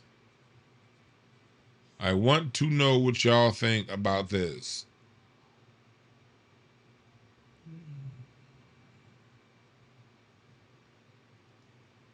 Because we see that here we are the center of the conversation, even when we're not part of the conversation.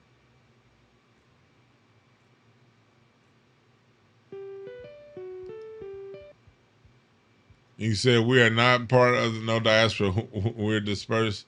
We're not dispersed. We're the only ones at home. Real talk. What's up, caller? What's the name? Where you calling from? Hey, Dwann, this is Jacoby from Portland. What's up, Jacoby? What's on your mind? Man, this tether battle is getting on my nerves, man. I mean, the plausible deniability is impeccable. I'm tired. You know, the day of educating and teaching people, that mess is over. Because now, if they really cared about what's going on, they would have got you on the 50 or the podcast. Okay, they would have got Afro Elite on that podcast and had a balanced conversation. Tyreek, it could have been, but see, they're speaking it from a immigrant point of view that they still don't understand, they still don't get. And you know, the Pan African thing really came to an end, I would say, around COVID, because I got to hear all types of vitriol mess I've never heard before. And you know, if people don't know, my mom is FBA and my dad is Ethiopian, and he came here in '72, and we never had these type of talks. Even in my grandma's house, we never had these type of talks. And my grandma, she's from Alabama, in Covington Gate, Alabama. We never had these type of talks. We were always talking about helping each other, helping one another. And this is the shit that we get. Man, they can all hold a pronoun. So I don't care, man. I really don't care, because this is the problem. If they really cared, how many FBAs have you hired in your business? Yeah. How many have you ever pushed for reparations in the last 20 years? No, because you guys come with a divide and conquer mentality. We didn't understand that till now. We did not understand that till now. I got to get to the next call, my brother. But thanks for letting us give us a call. Yeah. We start this Pan-African shit. Hello. Is this the motherfucking thanks I get? Hello. Start this Pan-African shit.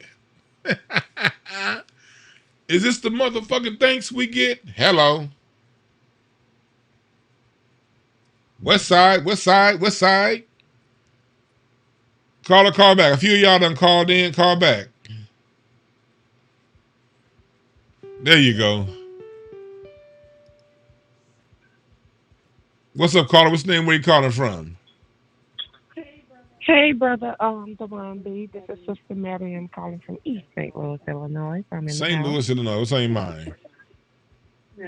No, East St. Louis, Illinois. But yeah, brother, thank you for showing this, because these people are always somewhere on a janky podcast or in a back room somewhere having an open discussion about foundational Black American freedmen without us being present.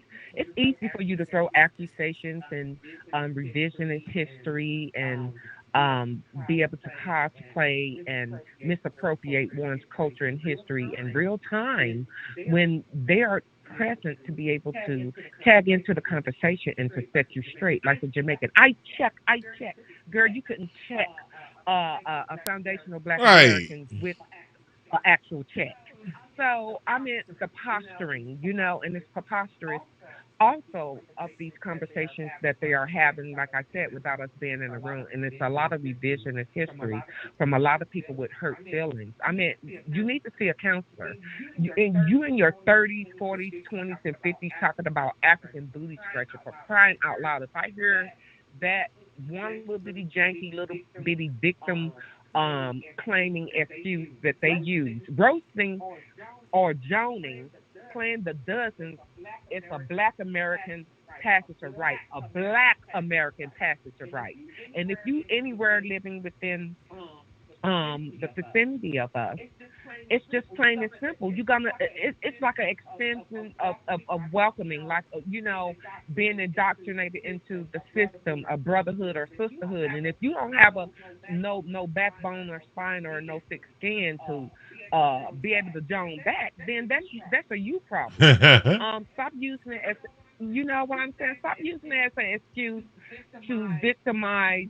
You want to be victims, but yet you're victimizing the people that that you want to have as your victimizer. It doesn't work that way, and because it's been long overdue, and they've been doing it for so long, and it's ridiculous. And now that we've delineated and we're fighting for our own rights and justice and freedoms and our moral own compasses, they have a real big issue with that because no one, no matter the culture or no matter the people, does not get validity or have that moral justice or validity that we as FBA lend to a situation. They can't. They not validate it. Let me say it like that. So they whine and they moan and they point fingers and they do an injustice to us all. So thank you, brother. I appreciate real you. talk. Thanks for giving us a call. Always. I appreciate everybody that donated to the Black American Music Family Tree Historical Foundation. Also, Richard, Gocha, appreciate the cash app. Damian Smith, stay on their ass, fam. 150. Is that cousin Damian? Is that Cuzzo? Is that Cuzzo? Appreciate that. Appreciate that, Cuzzo. I think this is my cousin Damien. Man, salute. Demetrius, I appreciate the cash app. Tim Ball. Appreciate that. Is Damien, you still up in here?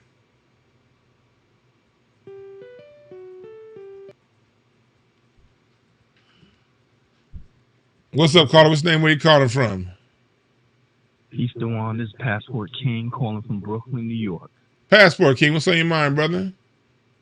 Yes, sir. Man, I just had to chime in real quick.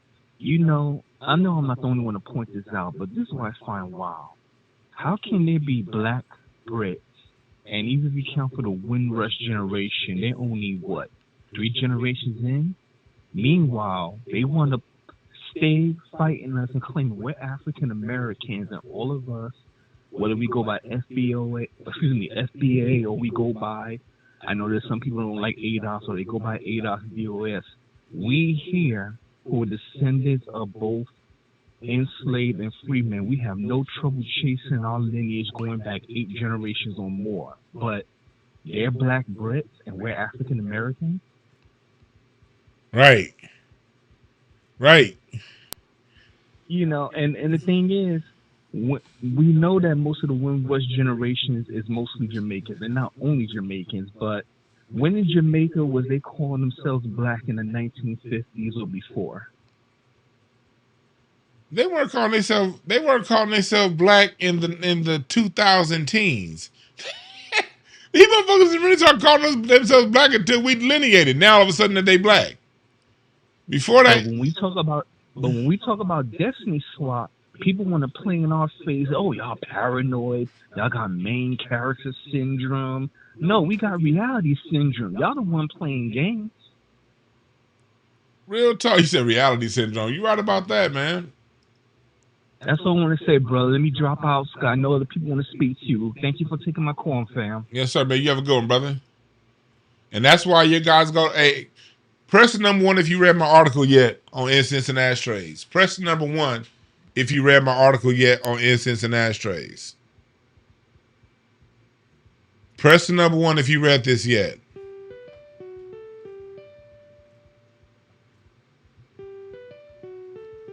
Press the number 1 if you read this. The R&B roots of all pop music, including reggae, including J-pop and K-pop. Make sure y'all go ahead and read that at instanceandashtrays.com. What's up, caller? What's your name? Where you calling from? Hey, what's up, man? It's Black Superman calling from Southern California. Black Superman, what's on your mind, brother? Man, I'm gonna have an unpopular opinion, man. Some people might be mad, and I'm a Black American, man, but I'm starting to feel like, man, this shit's starting to feel like a grift, man. Because a lot of this shit, 99% of it is just online beef. I've been to a couple countries on the continent. For one, I've never been called an African American. They always refer to me as a Black American. And it seems like a lot of this stuff, man, is just a lot of Tariq Nasheed reaction videos, and you got a bunch of baby Tariqs. And a lot of this stuff, man, it's imaginary beef. It ain't even real like that, because we don't have no problems with nobody on the continent and in the Caribbean. So a lot of this stuff is just online. I'm gonna land right there. Okay, cool. I have a good one. Go ahead. No, I'm gonna say, yeah. Understand that you got to understand that there are multiple things going on at once. This isn't. Yeah, true. This isn't. When you're dealing with Africa, there has never been a beef, and I think Tariq gets too much blame, because when you put it on Tariq, that's low key saying the rest of us don't have a mind of our own. Well, not you. And I'm gonna be. But no, I just want to say something. I'm gonna let you finish. But I just want to say this, because you are right. I do want to acknowledge you being right in the fact that a lot of this stuff is online. But we have to understand this: what's happening online is a reaction to what happens offline. And the problem isn't when you go to Africa. The problem isn't people in their own countries have the right to be how they are. The problem is here in the United States of America, you have people from the Caribbean and from Africa who are running as elected officials to speak for Black people, but they have their own agenda that benefits them and where they come from more than it benefits us. The problem isn't in Africa. The problem isn't in the Caribbean. The problem is in Cleveland. The problem is in LA. The problem is in Memphis. To me, it's kind of like when white people say they scared of Black people when they ain't never been robbed. It's or not. harmed No. or hurt by a Black person. No African That's or not. diaspora That's not has it. ever seen anything That's a disrespectful red herring. face-to-face That's in real life. a red herring. Is not what I'm talking about. What I'm talking about is you have Wes Moore in Maryland saying that Black Americans do not deserve reparation. He's from the Caribbean. You have Winsome Sears in Virginia saying that Black Americans do not deserve reparations. And these are people that are elected to represent Black people. And they're from other parts of the country, other parts of the world. And they're telling Black Americans what we do not need. The issue is when you're dealing with, say, something like what's happening here in Hollywood, when you bring in Nigerians and actors from the UK, what they did, and this is a fact, they undercut the wages of the Black American workers. They started to get more roles when Black Americans around 2012, we're talking about Black Americans getting paid far less than our white counterparts. When you talk about Black Americans not getting the opportunities of our white counterparts, at the same time, out of nowhere, here comes David Oyelowo. Here comes all these people from the Caribbean, from the diaspora, that took those jobs that now are getting paid even less than the Black Americans. So they were brought here to undercut the wages of Black Americans in places like Hollywood. In music, me being a music historian, I'm having to deal with people from the Caribbean, specifically Jamaican, trying to say hip hop is Jamaican. And here it is, yet another thing that Black Americans create. Now all of a sudden we have to other. This is a very real thing that I'm dealing with. It's why I created a foundation. This isn't an online beef. This is something that's going into history books. This is now getting taught at Harvard. This lie that Black Americans didn't create the very thing that we created. So that's where this is coming from. People can do what they want to do at home. This is affecting us on a home front here, and that has to be dealt with directly. Yeah, true that, and I agree with everything you're saying. I'm not. You there? It's online. It's not like hello. Yeah. Okay, yeah, no, I was saying I agree with everything you were saying, but in my opinion, man, and I'm not bashing Brother Tariq. It's just a lot of reaction videos. If you go on YouTube right now, it's a lot of baby Tariq. You have your own content, your own mind. I follow you, but a lot of it, man, it just seems like it's a grift now. It's coming off a little griftish, a little Dr. Umarish. You know what I'm saying? Now, look, man, and I hear what you say. Look, as at the end of the day, are some people going to take advantage of it? Yeah, like anything else. But that doesn't take away from the honesty from the substance of the issue. And the substance of the issue is people coming over here from other parts of the world speaking for us. And going back to how I started the video. The reason why I don't know if you're here at the beginning, but I started it with someone from Tigray talking about coming to America and infiltrating American government as black people to help benefit the people from across the diaspora. That's why I started it with that particular piece of footage to show that, no, this is a real thing. These people are really doing this. And although but also we have to put these things into context. The ones we dealing with that are over here are usually the 1% coon class. We're not dealing with the everyday run-of-the-mill continental Africans. Well, we can only we're home. We have to deal with what's here. We can't that's called reality. You have to deal with what's in front of you. That doesn't take away from people at home. People at home ain't bothering us. That's why people at home are if they're in the Caribbean, if they're in Africa, by definition they're not tethers because they ain't trying to tether on to nothing that we did. So literally by definition, those people ain't tethers. You can literally only be a tether if you're here. Taking right. I'm a black American. I'm foundational. Yeah, I know the definition. Yeah, I'm crystal clear. That's why I'm trying to focus the argument on the situation. I can't deal with the red herrings. I can't deal with the straw arguments because although the red herring, there's some truth to it. There is some truth to even the straw arguments that people raise. The substance of what we're talking about are the people that are here that have infiltrated our politics and our public universities. And private universities. Right, and I'm not saying that's the problem. I'm not saying they haven't. You're absolutely right. And I'm also going to say, this ain't even a debate or argument, man, because I respect you, man. I love you, man. I got major love for you, man. I actually wish you would be the one to speak on our behalf in a lot of these debates on some of these panels, man. And I respect you, man. I was just giving my little I respect your point of view too, because you weren't lying. You know what I mean? You said you ain't like you lying. It's cool other places. Yeah, I travel a lot, man. I've been to 25 countries on 4 continents. Yeah. And they love us. Everywhere I go, they love black Americans. They copying our style. Our culture has influenced the entire world. I've never been called an African American. Even in Africa, when I was in Tanzania, I called you from when I was out there last time. I'm only called a black American. So the whole world already recognizes as black Americans. That African American shit only fly here. I've never been called an African American in any other country. Yeah, because that's what they're trying to change our classification and our benefits here. But thanks for giving us a call, my brother.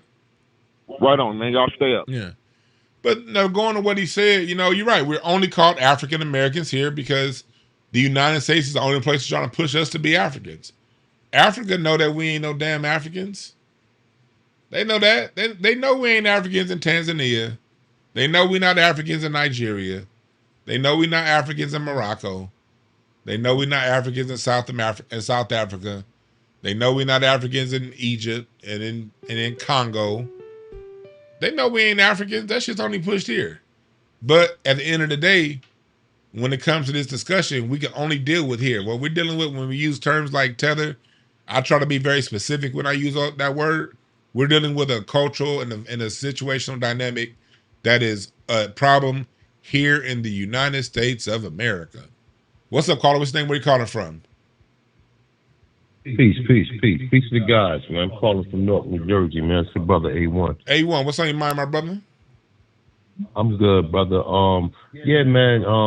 Just to piggyback off of what the other brother was saying, right? See, the thing of it is this, man. These people, like I live in the East, so I seen it my whole life, my brother. Like even when you talk about the Puerto Ricans and the hip hop, right? Puerto Ricans, when I was growing up, you had this Puerto Ricans that messed with black people, and then you had the Puerto Ricans that didn't, right? You had Puerto Ricans that was running around here with the menudo style haircut while we was wearing Brooklyn. This nigga said menudo style haircut. Yeah, word is one. I'm keeping it a buck. I know exactly what he's talking about. Bro, they wasn't like up here in the north, right? You got Puerto Ricans and Dominicans that open up barbershops and cut nothing but black hairstyles, and then open them up on the same block where it's a black barber. And then you got other Negroes that goes to these people, and I be asking a lot of my friends, like, yo, where you gonna get your haircut from? He be like, such and such, right? So they be like, I be like, is that a Spanish? And I said, Dominican. I said, you go spend your money with Dominicans and all these black barbershops, and they're coming over here cutting our hairstyles? Are you crazy? Like, I could tell if it was it was a limit supply of black barbers, but the fact that you got black barbers literally everywhere, on the and same you block. going to on the same block, brother, and the black barbers be getting into it with Dominicans. But I'll just say that because a lot of them, and I'm saying Dominicans are passive aggressive, arrogant, because they don't be knowing shit. A lot of people come over here and just look at everything as free reign, and they don't respect what we doing. And I'm gonna make another point, right? My father used to be a taxi cab driver, right? I never understood why my father did not like immigrants, right? My father from Georgia, right? So I never understood why he never liked the immigrants until one day he told me. He said, "You know why I don't like them?" He said, "Because when I was a cab driver, right, he like all of the taxi cab drivers was black. Then they started letting all these Jamaicans and Haitians over here. So what they saying, they couldn't get into no other industry. So they went into all the industries where they seen black people at, like the nurses and the medical care industry. Now they go and they tell all their people, like, yeah, when you come over here, go into the medical industry, go into the taxi cab industry. You know what I'm saying? Nonetheless, move in our neighborhoods, and then they overwhelm our neighborhoods, right? And then a lot of them, what they do is this, right? It'd be about 10 grown people living in a fucking apartment. Excuse my language. Living in an apartment. And what they do is they always on time with their rent because everybody's splitting the rent. Well, you may have somebody late with the rent, right?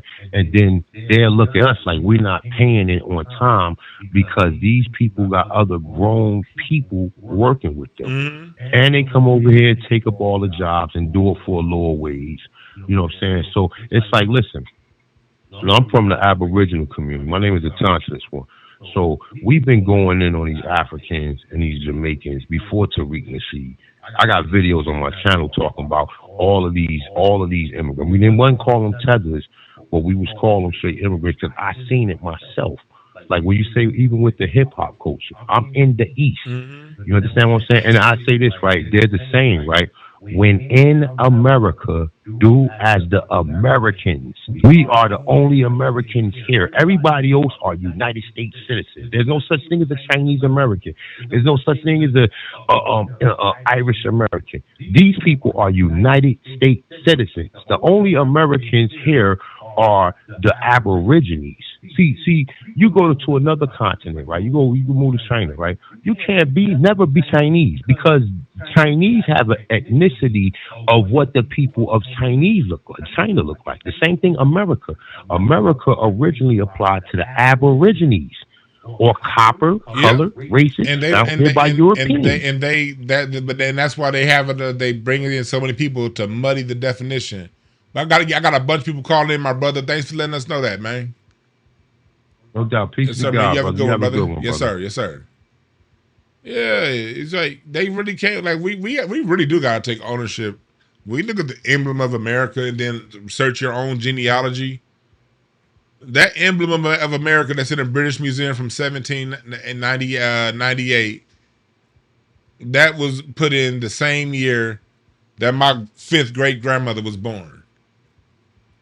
The emblem of America and my fifth great grandmother, Lydia Bass, were the same year. And she was a Negro.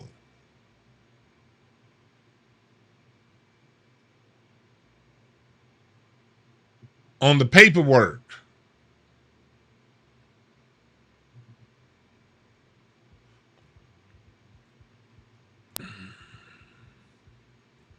We have to make sure that we understand this history. We got to understand this history.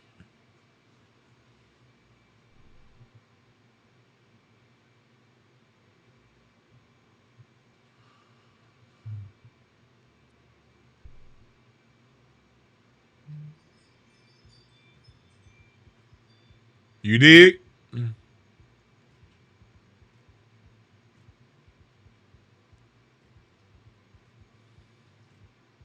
I had a few other people that called in. Call back, whoever that was that called in. Let me see. I'm going to call back.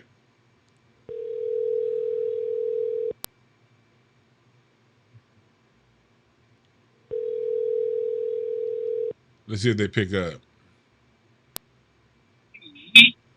What's up? This is Dwann. I'm calling you back. Oh, Dwann, you calling me back? Thank you. Yeah, I saw the missed calls. I was like, hey, they trying to get through. Let me make sure you get through and get to speak your opinion. Okay, I appreciate it. Should I just stay on hold? No, go ahead. Go ahead. What's your name? Just tell us your name, where you calling from. Oh, I'm on there now. Okay. Oh, yeah. Well, number one, I wanted to say, let me make sure I mute you over there. Okay, I want to say how much I appreciate this talk that you're doing, this presentation that you are doing, as all of the presentations. I'm going to keep it brief because I want to stay on topic, but I do want to mention that you going in on the Black American history has inspired me so much when it comes to the music, because I'm also a Black historian and musician. So I'll get more into that on another live. But I just want to say you have inspired me so very much. I appreciate me and that. my mom, we're both musicians, and we know a lot of the same people, Terrace Martin, and a lot of people in LA. But moving on to this subject, the thing that I want to say is that it really is a trip to me how the immigrants in America it seems like they're not aware of how much of the fact that Black Americans changed immigration laws for all immigrants to be able to come here. And it seems like a lot of times they're not aware, and some of the times they just don't want to give the props. So I wanted to hear your perspective on that. Yeah, they aren't aware, and it's like, and then there are those who are aware, but it's like that thing. You can't. It's a cognitive dissonance that these people experience. They're aware, but at the same time, they were taught to stay away from these people. These people are bad.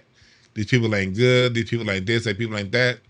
So it comes down to, what do you what do you believe? Do you believe that these people are this and that, or are these the same people that helped you get over?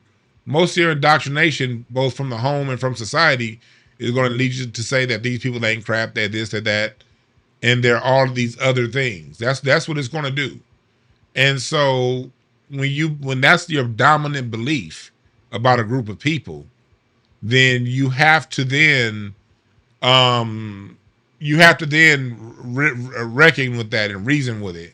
And in the reckoning and in the reasoning of it, even if you learn that we're the ones who got you over here, you can't acknowledge it, because you can't acknowledge.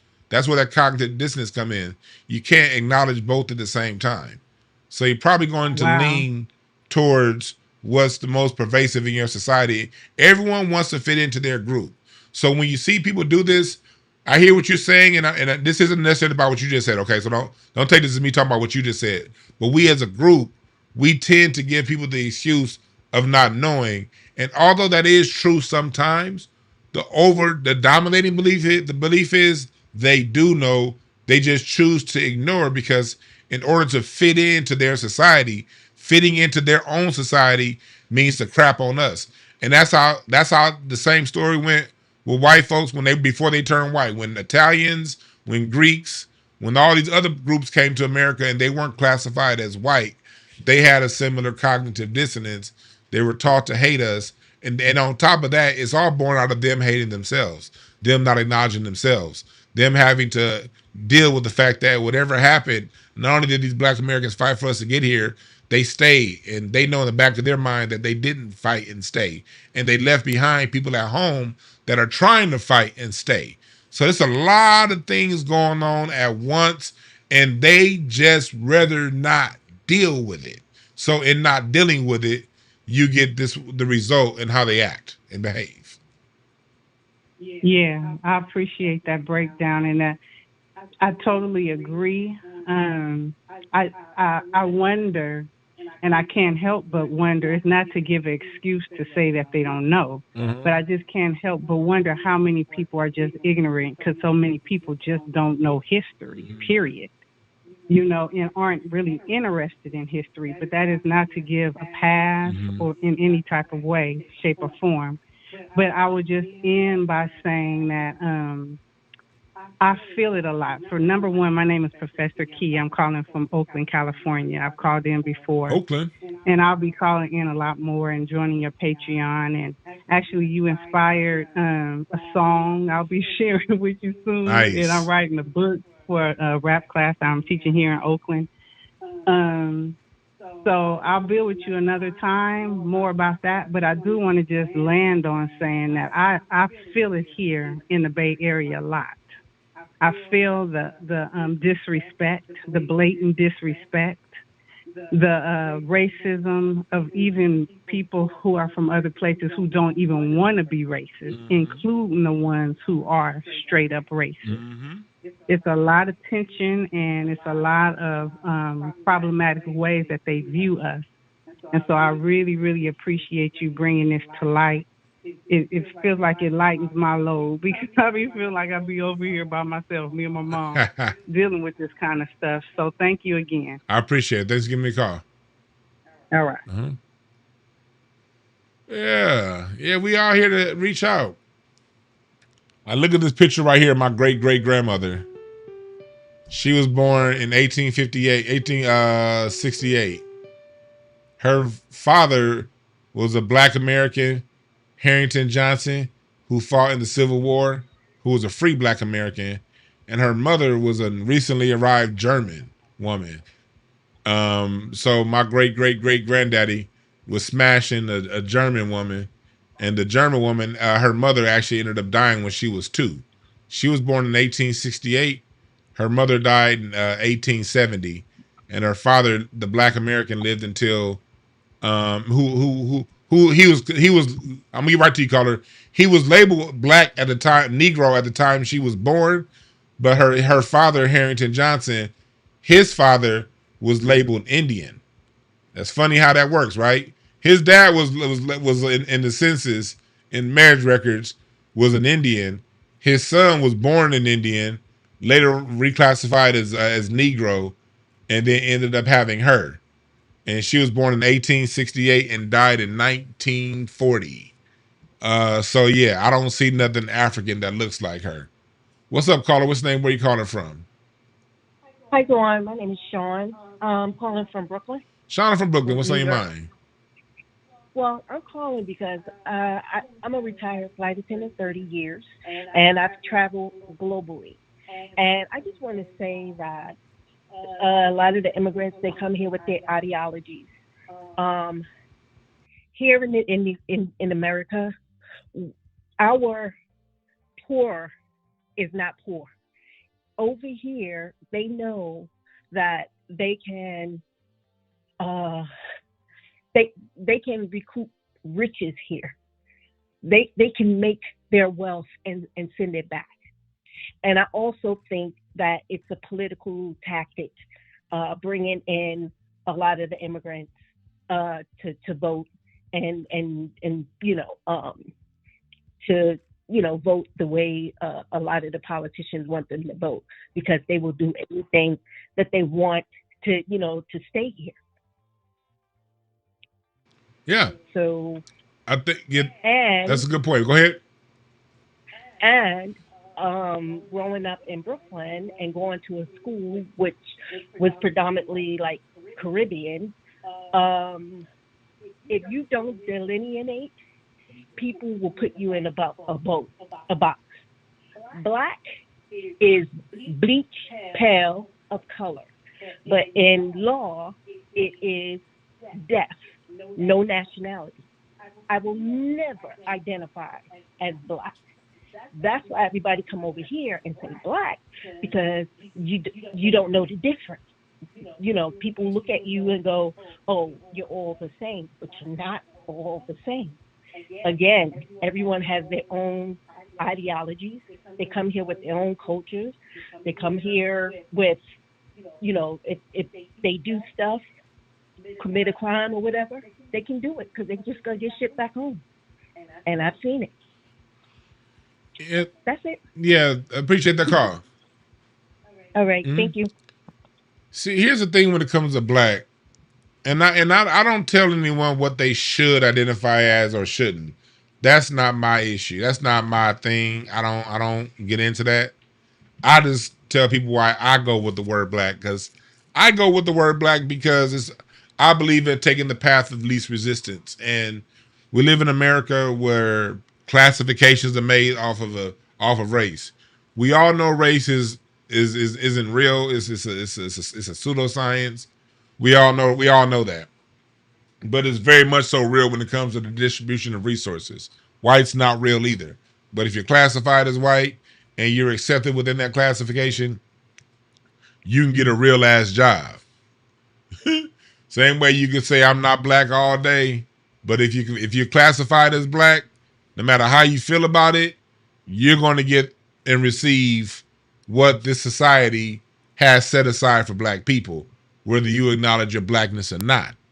But for people who don't, I'm not going to sit around and fight you because, look, at the end of the day, everyone got their own reasons for doing whatever the hell they do, and it's not my problem. And who am I to judge?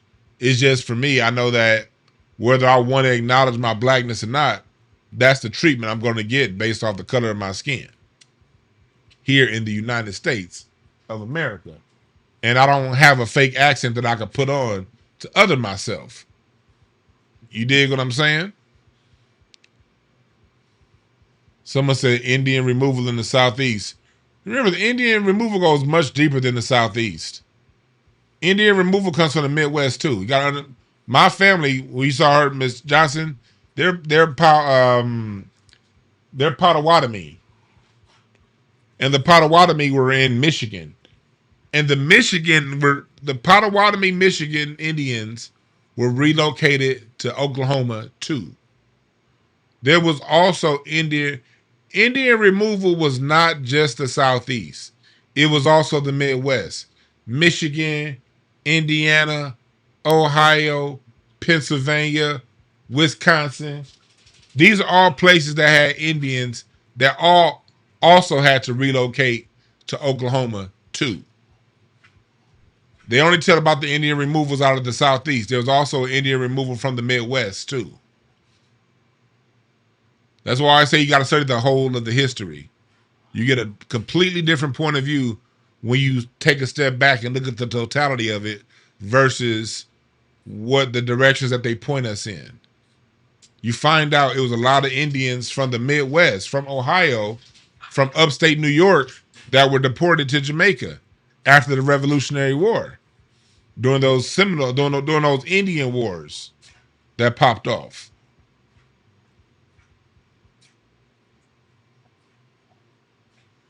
Why not use Foundation American? Why not? If that's what you feel like using, go ahead and use it. Don't ask me why not. Shit. If you feel that that's what needs to happen, then you make sure that happens. As long as we all know that we're dealing with a group of black people, we're dealing with the people who are classified as black now, that can tie their lineage back to the founding of this country. Wherever you want to call yourself from there, have fun. I don't get in the middle of all that shit.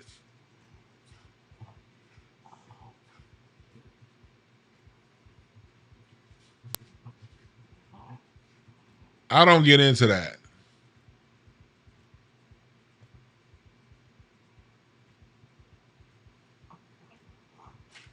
Yes, indigenous people in Jamaica were Indians first, not Africans. Correct, King Simon. Thank you for that.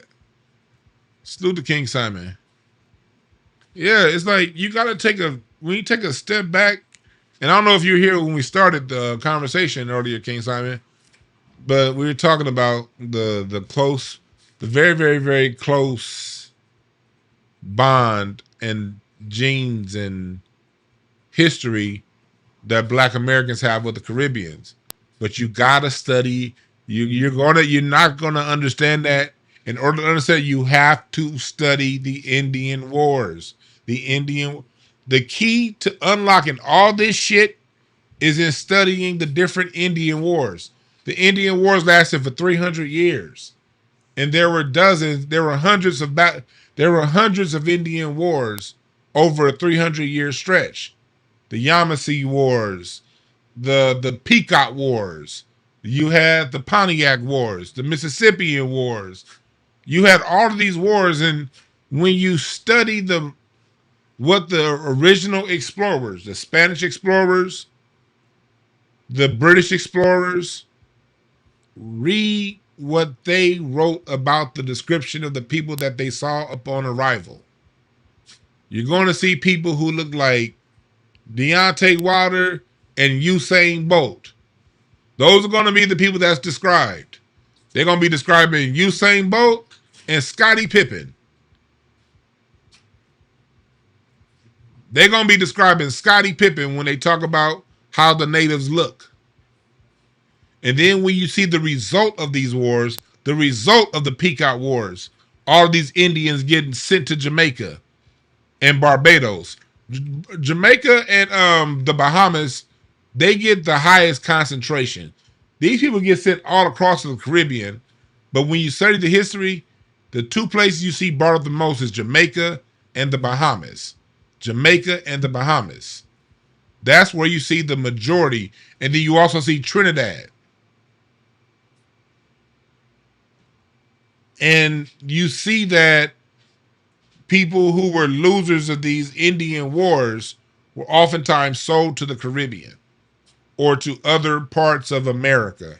They were sold down into Louisiana from Ohio. They were sold down into Mississippi from Michigan. They were sold down into Mississippi from Virginia, from South Carolina, from New York, from Baltimore.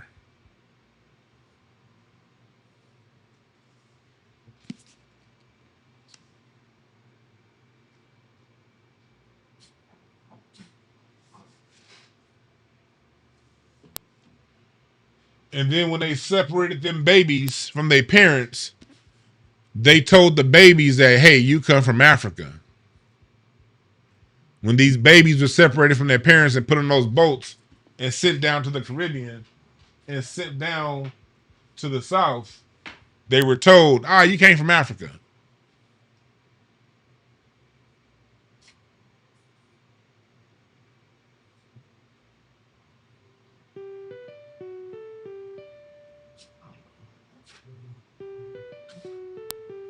I'll take this one last call before we get up out of here. What's up, call? This is going to be my last call today. What's going on? What's the name? Where you calling from? Hi, this is Gail from San Bernardino. I want to call and to let you know, Dwann, my last name is Him. Every time I went in for a job, they thought I was white. When I walk into the room, they see I'm black. Their face would drop every time. But I would get the job. Yeah. So your last name has a lot to do with it, too. Last and first, I don't know yeah. why, but it does. You're right. I'll call you tomorrow. You call me because I got a car reading with you for $200. So remember this number, and I'll call you back, sir. And again, thank you very, very much, Dwann. I appreciate your service. All right, you have to go. I mean, I got you. Check your email. You got a Zoom invite. Oh, okay. I thought it was for next Wednesday, but you want to do it for tomorrow? I'll send me an email right now. Contact at thewannb.com. Okay, I gotta wait until my caregiver get here. Okay, but so maybe we'll do it next Wednesday. All right, do that. Send me an email. I'll send you back a Zoom. All right, you have a good one. All right, thank you, sir. Yeah, that name has a lot to do with it. I know my name, Dwann Brown, went 13 months without getting a single damn interview. And the minute I changed my name to Don Brown, I got like 10 interviews, same first week. But make sure y'all go to InstanceInternationalRace.com and read my article on the roots of rock, pop, and hip hop.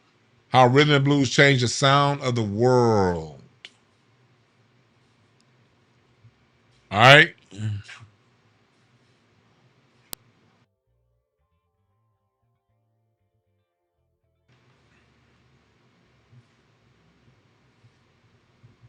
All right, y'all. Thank y'all again for listening.